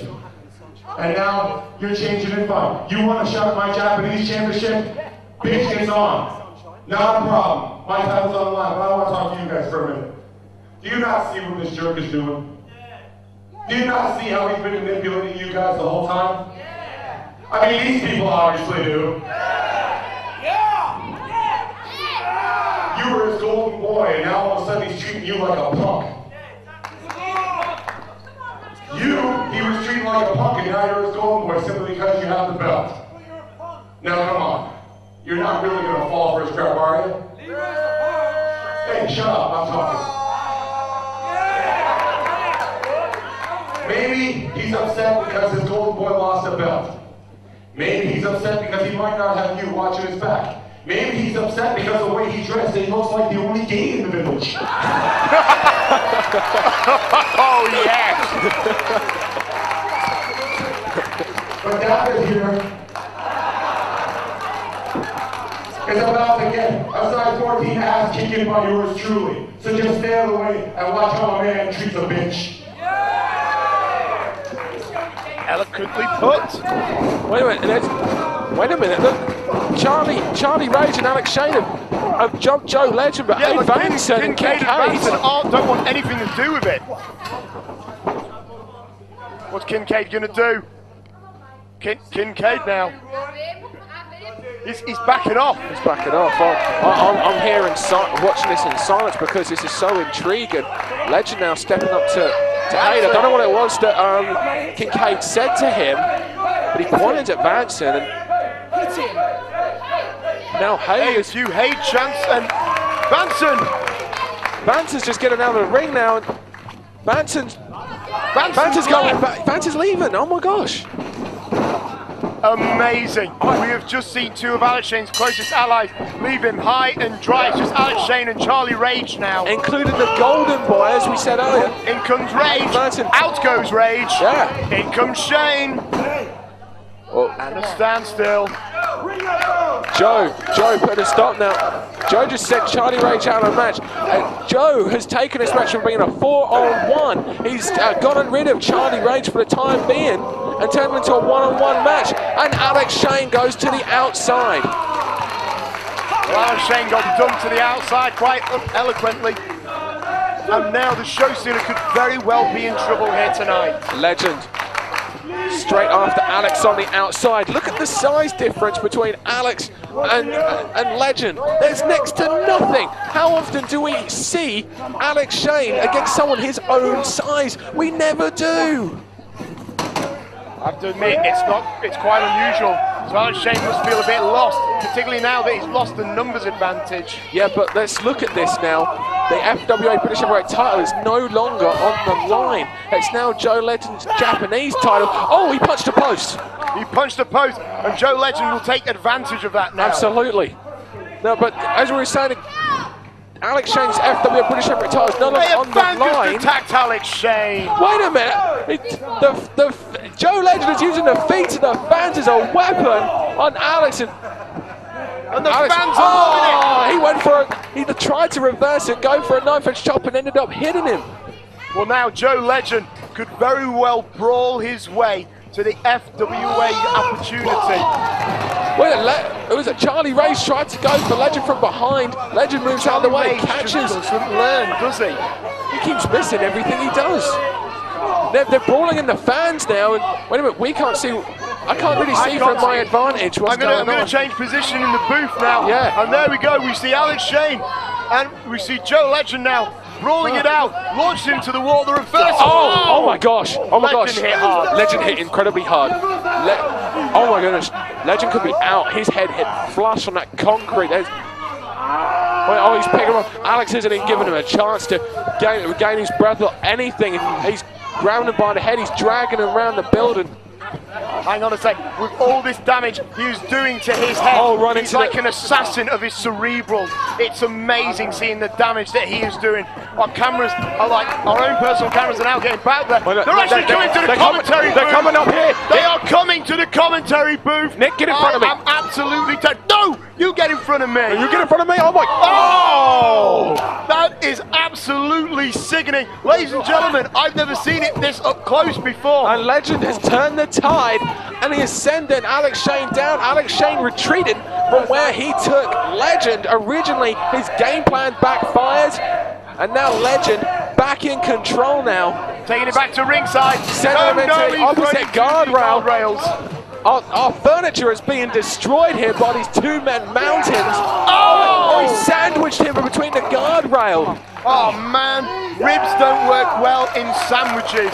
That was painful looking. And the show stealer, Alex Shane, is now in danger. Legend really, originally from having everything to gain, now has everything to lose. But now this has become a matter of pride for him. This is a war between the two. Absolutely.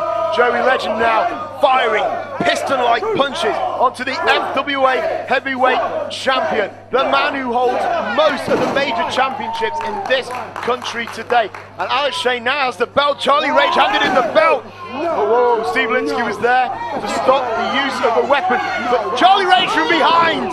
No! Tackles down Joey Legend. Took the wind right out of it. What a distraction that was. Finally, Charlie Rage ends up hitting Legend. I mean, let's look at this, okay? The Legend was actually brought into the FWA by Alex Shane as a means of softening up Doug. Wow, my goodness, and Charlie Rage drives Legend into that ring post now and sends him into the he's helping him back into the ring. As I was saying, Legend was brought into the FWA originally by Alex Shane as a means to soften up the then FWA heavyweight champion Doug Williams. And he did a good job of it too. He did.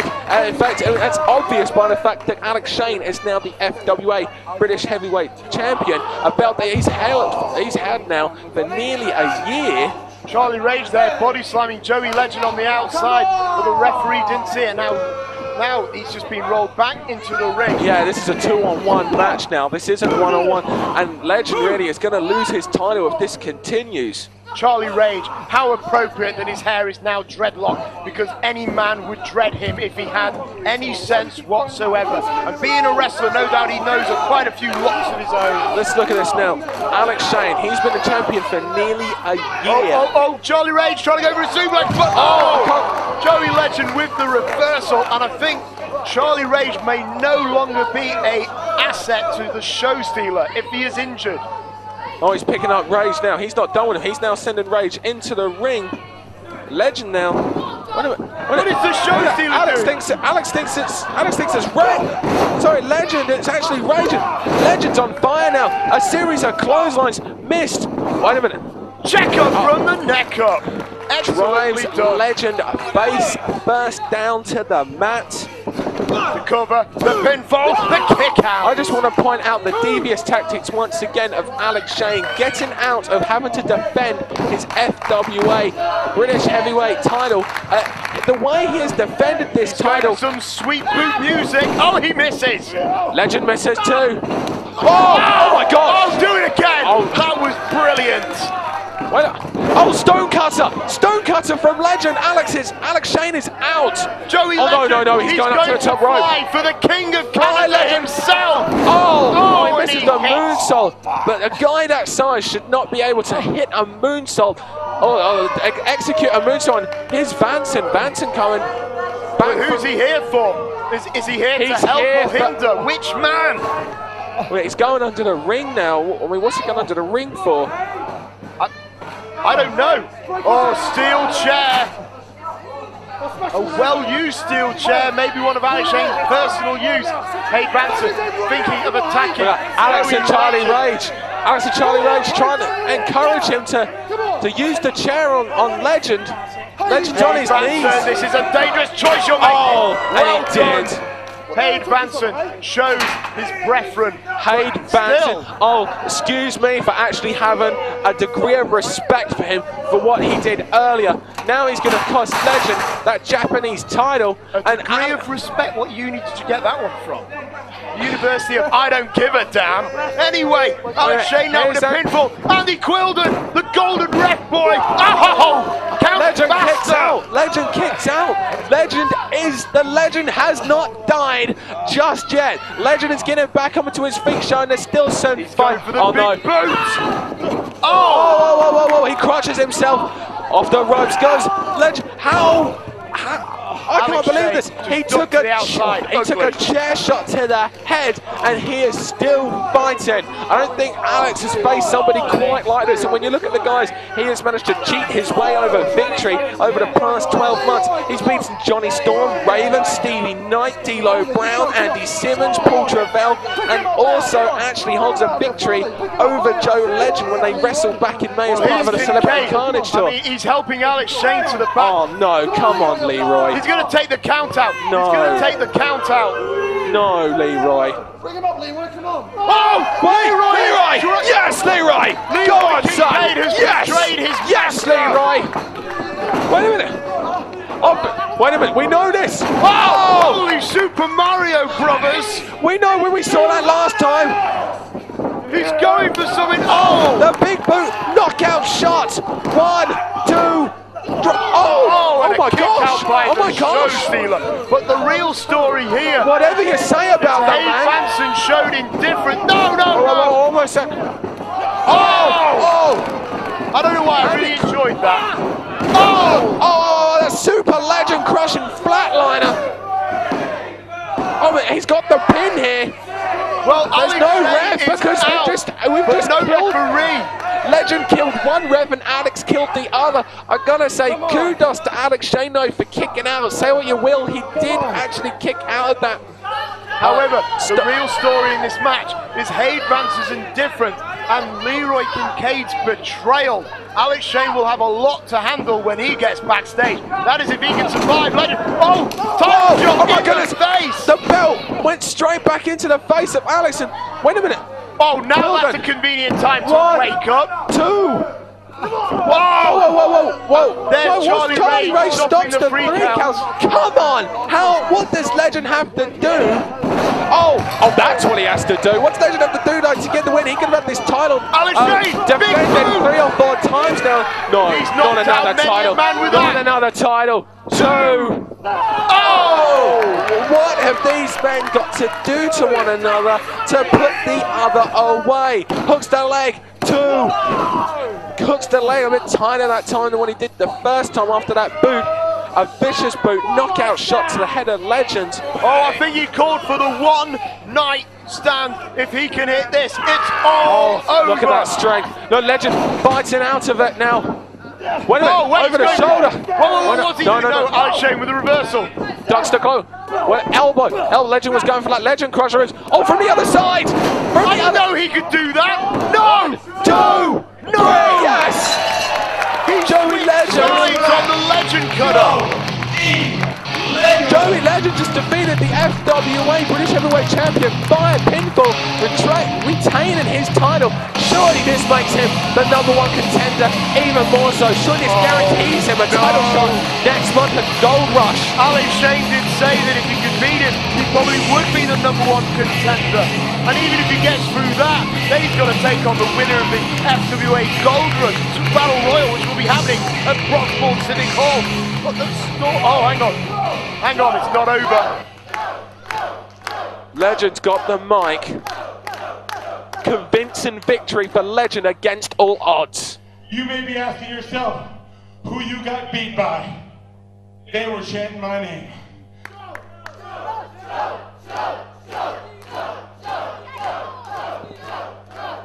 You may be asking how you got beat.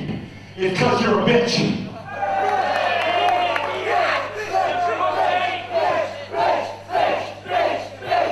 Vansen and Broxbourne certainly look Alex Shane know how they feel. British title or not is, who are ya? Alex Shane is the man who just got beat by Joey Legend. Come on. Oh, he wants to go again. He wants to go again. But Alex Shane, he's going to retreat. He needs to. Whoa. Legend has both belts in his hand, and if this match had been the title match that it was originally destined to be. Is this a sight of the future to come with Joey Legend representing us as the FWA Heavyweight Champion? Say it isn't so. It should be not a picture of the future, a picture of the present. Legend right now should be the FWA British Heavyweight Champion.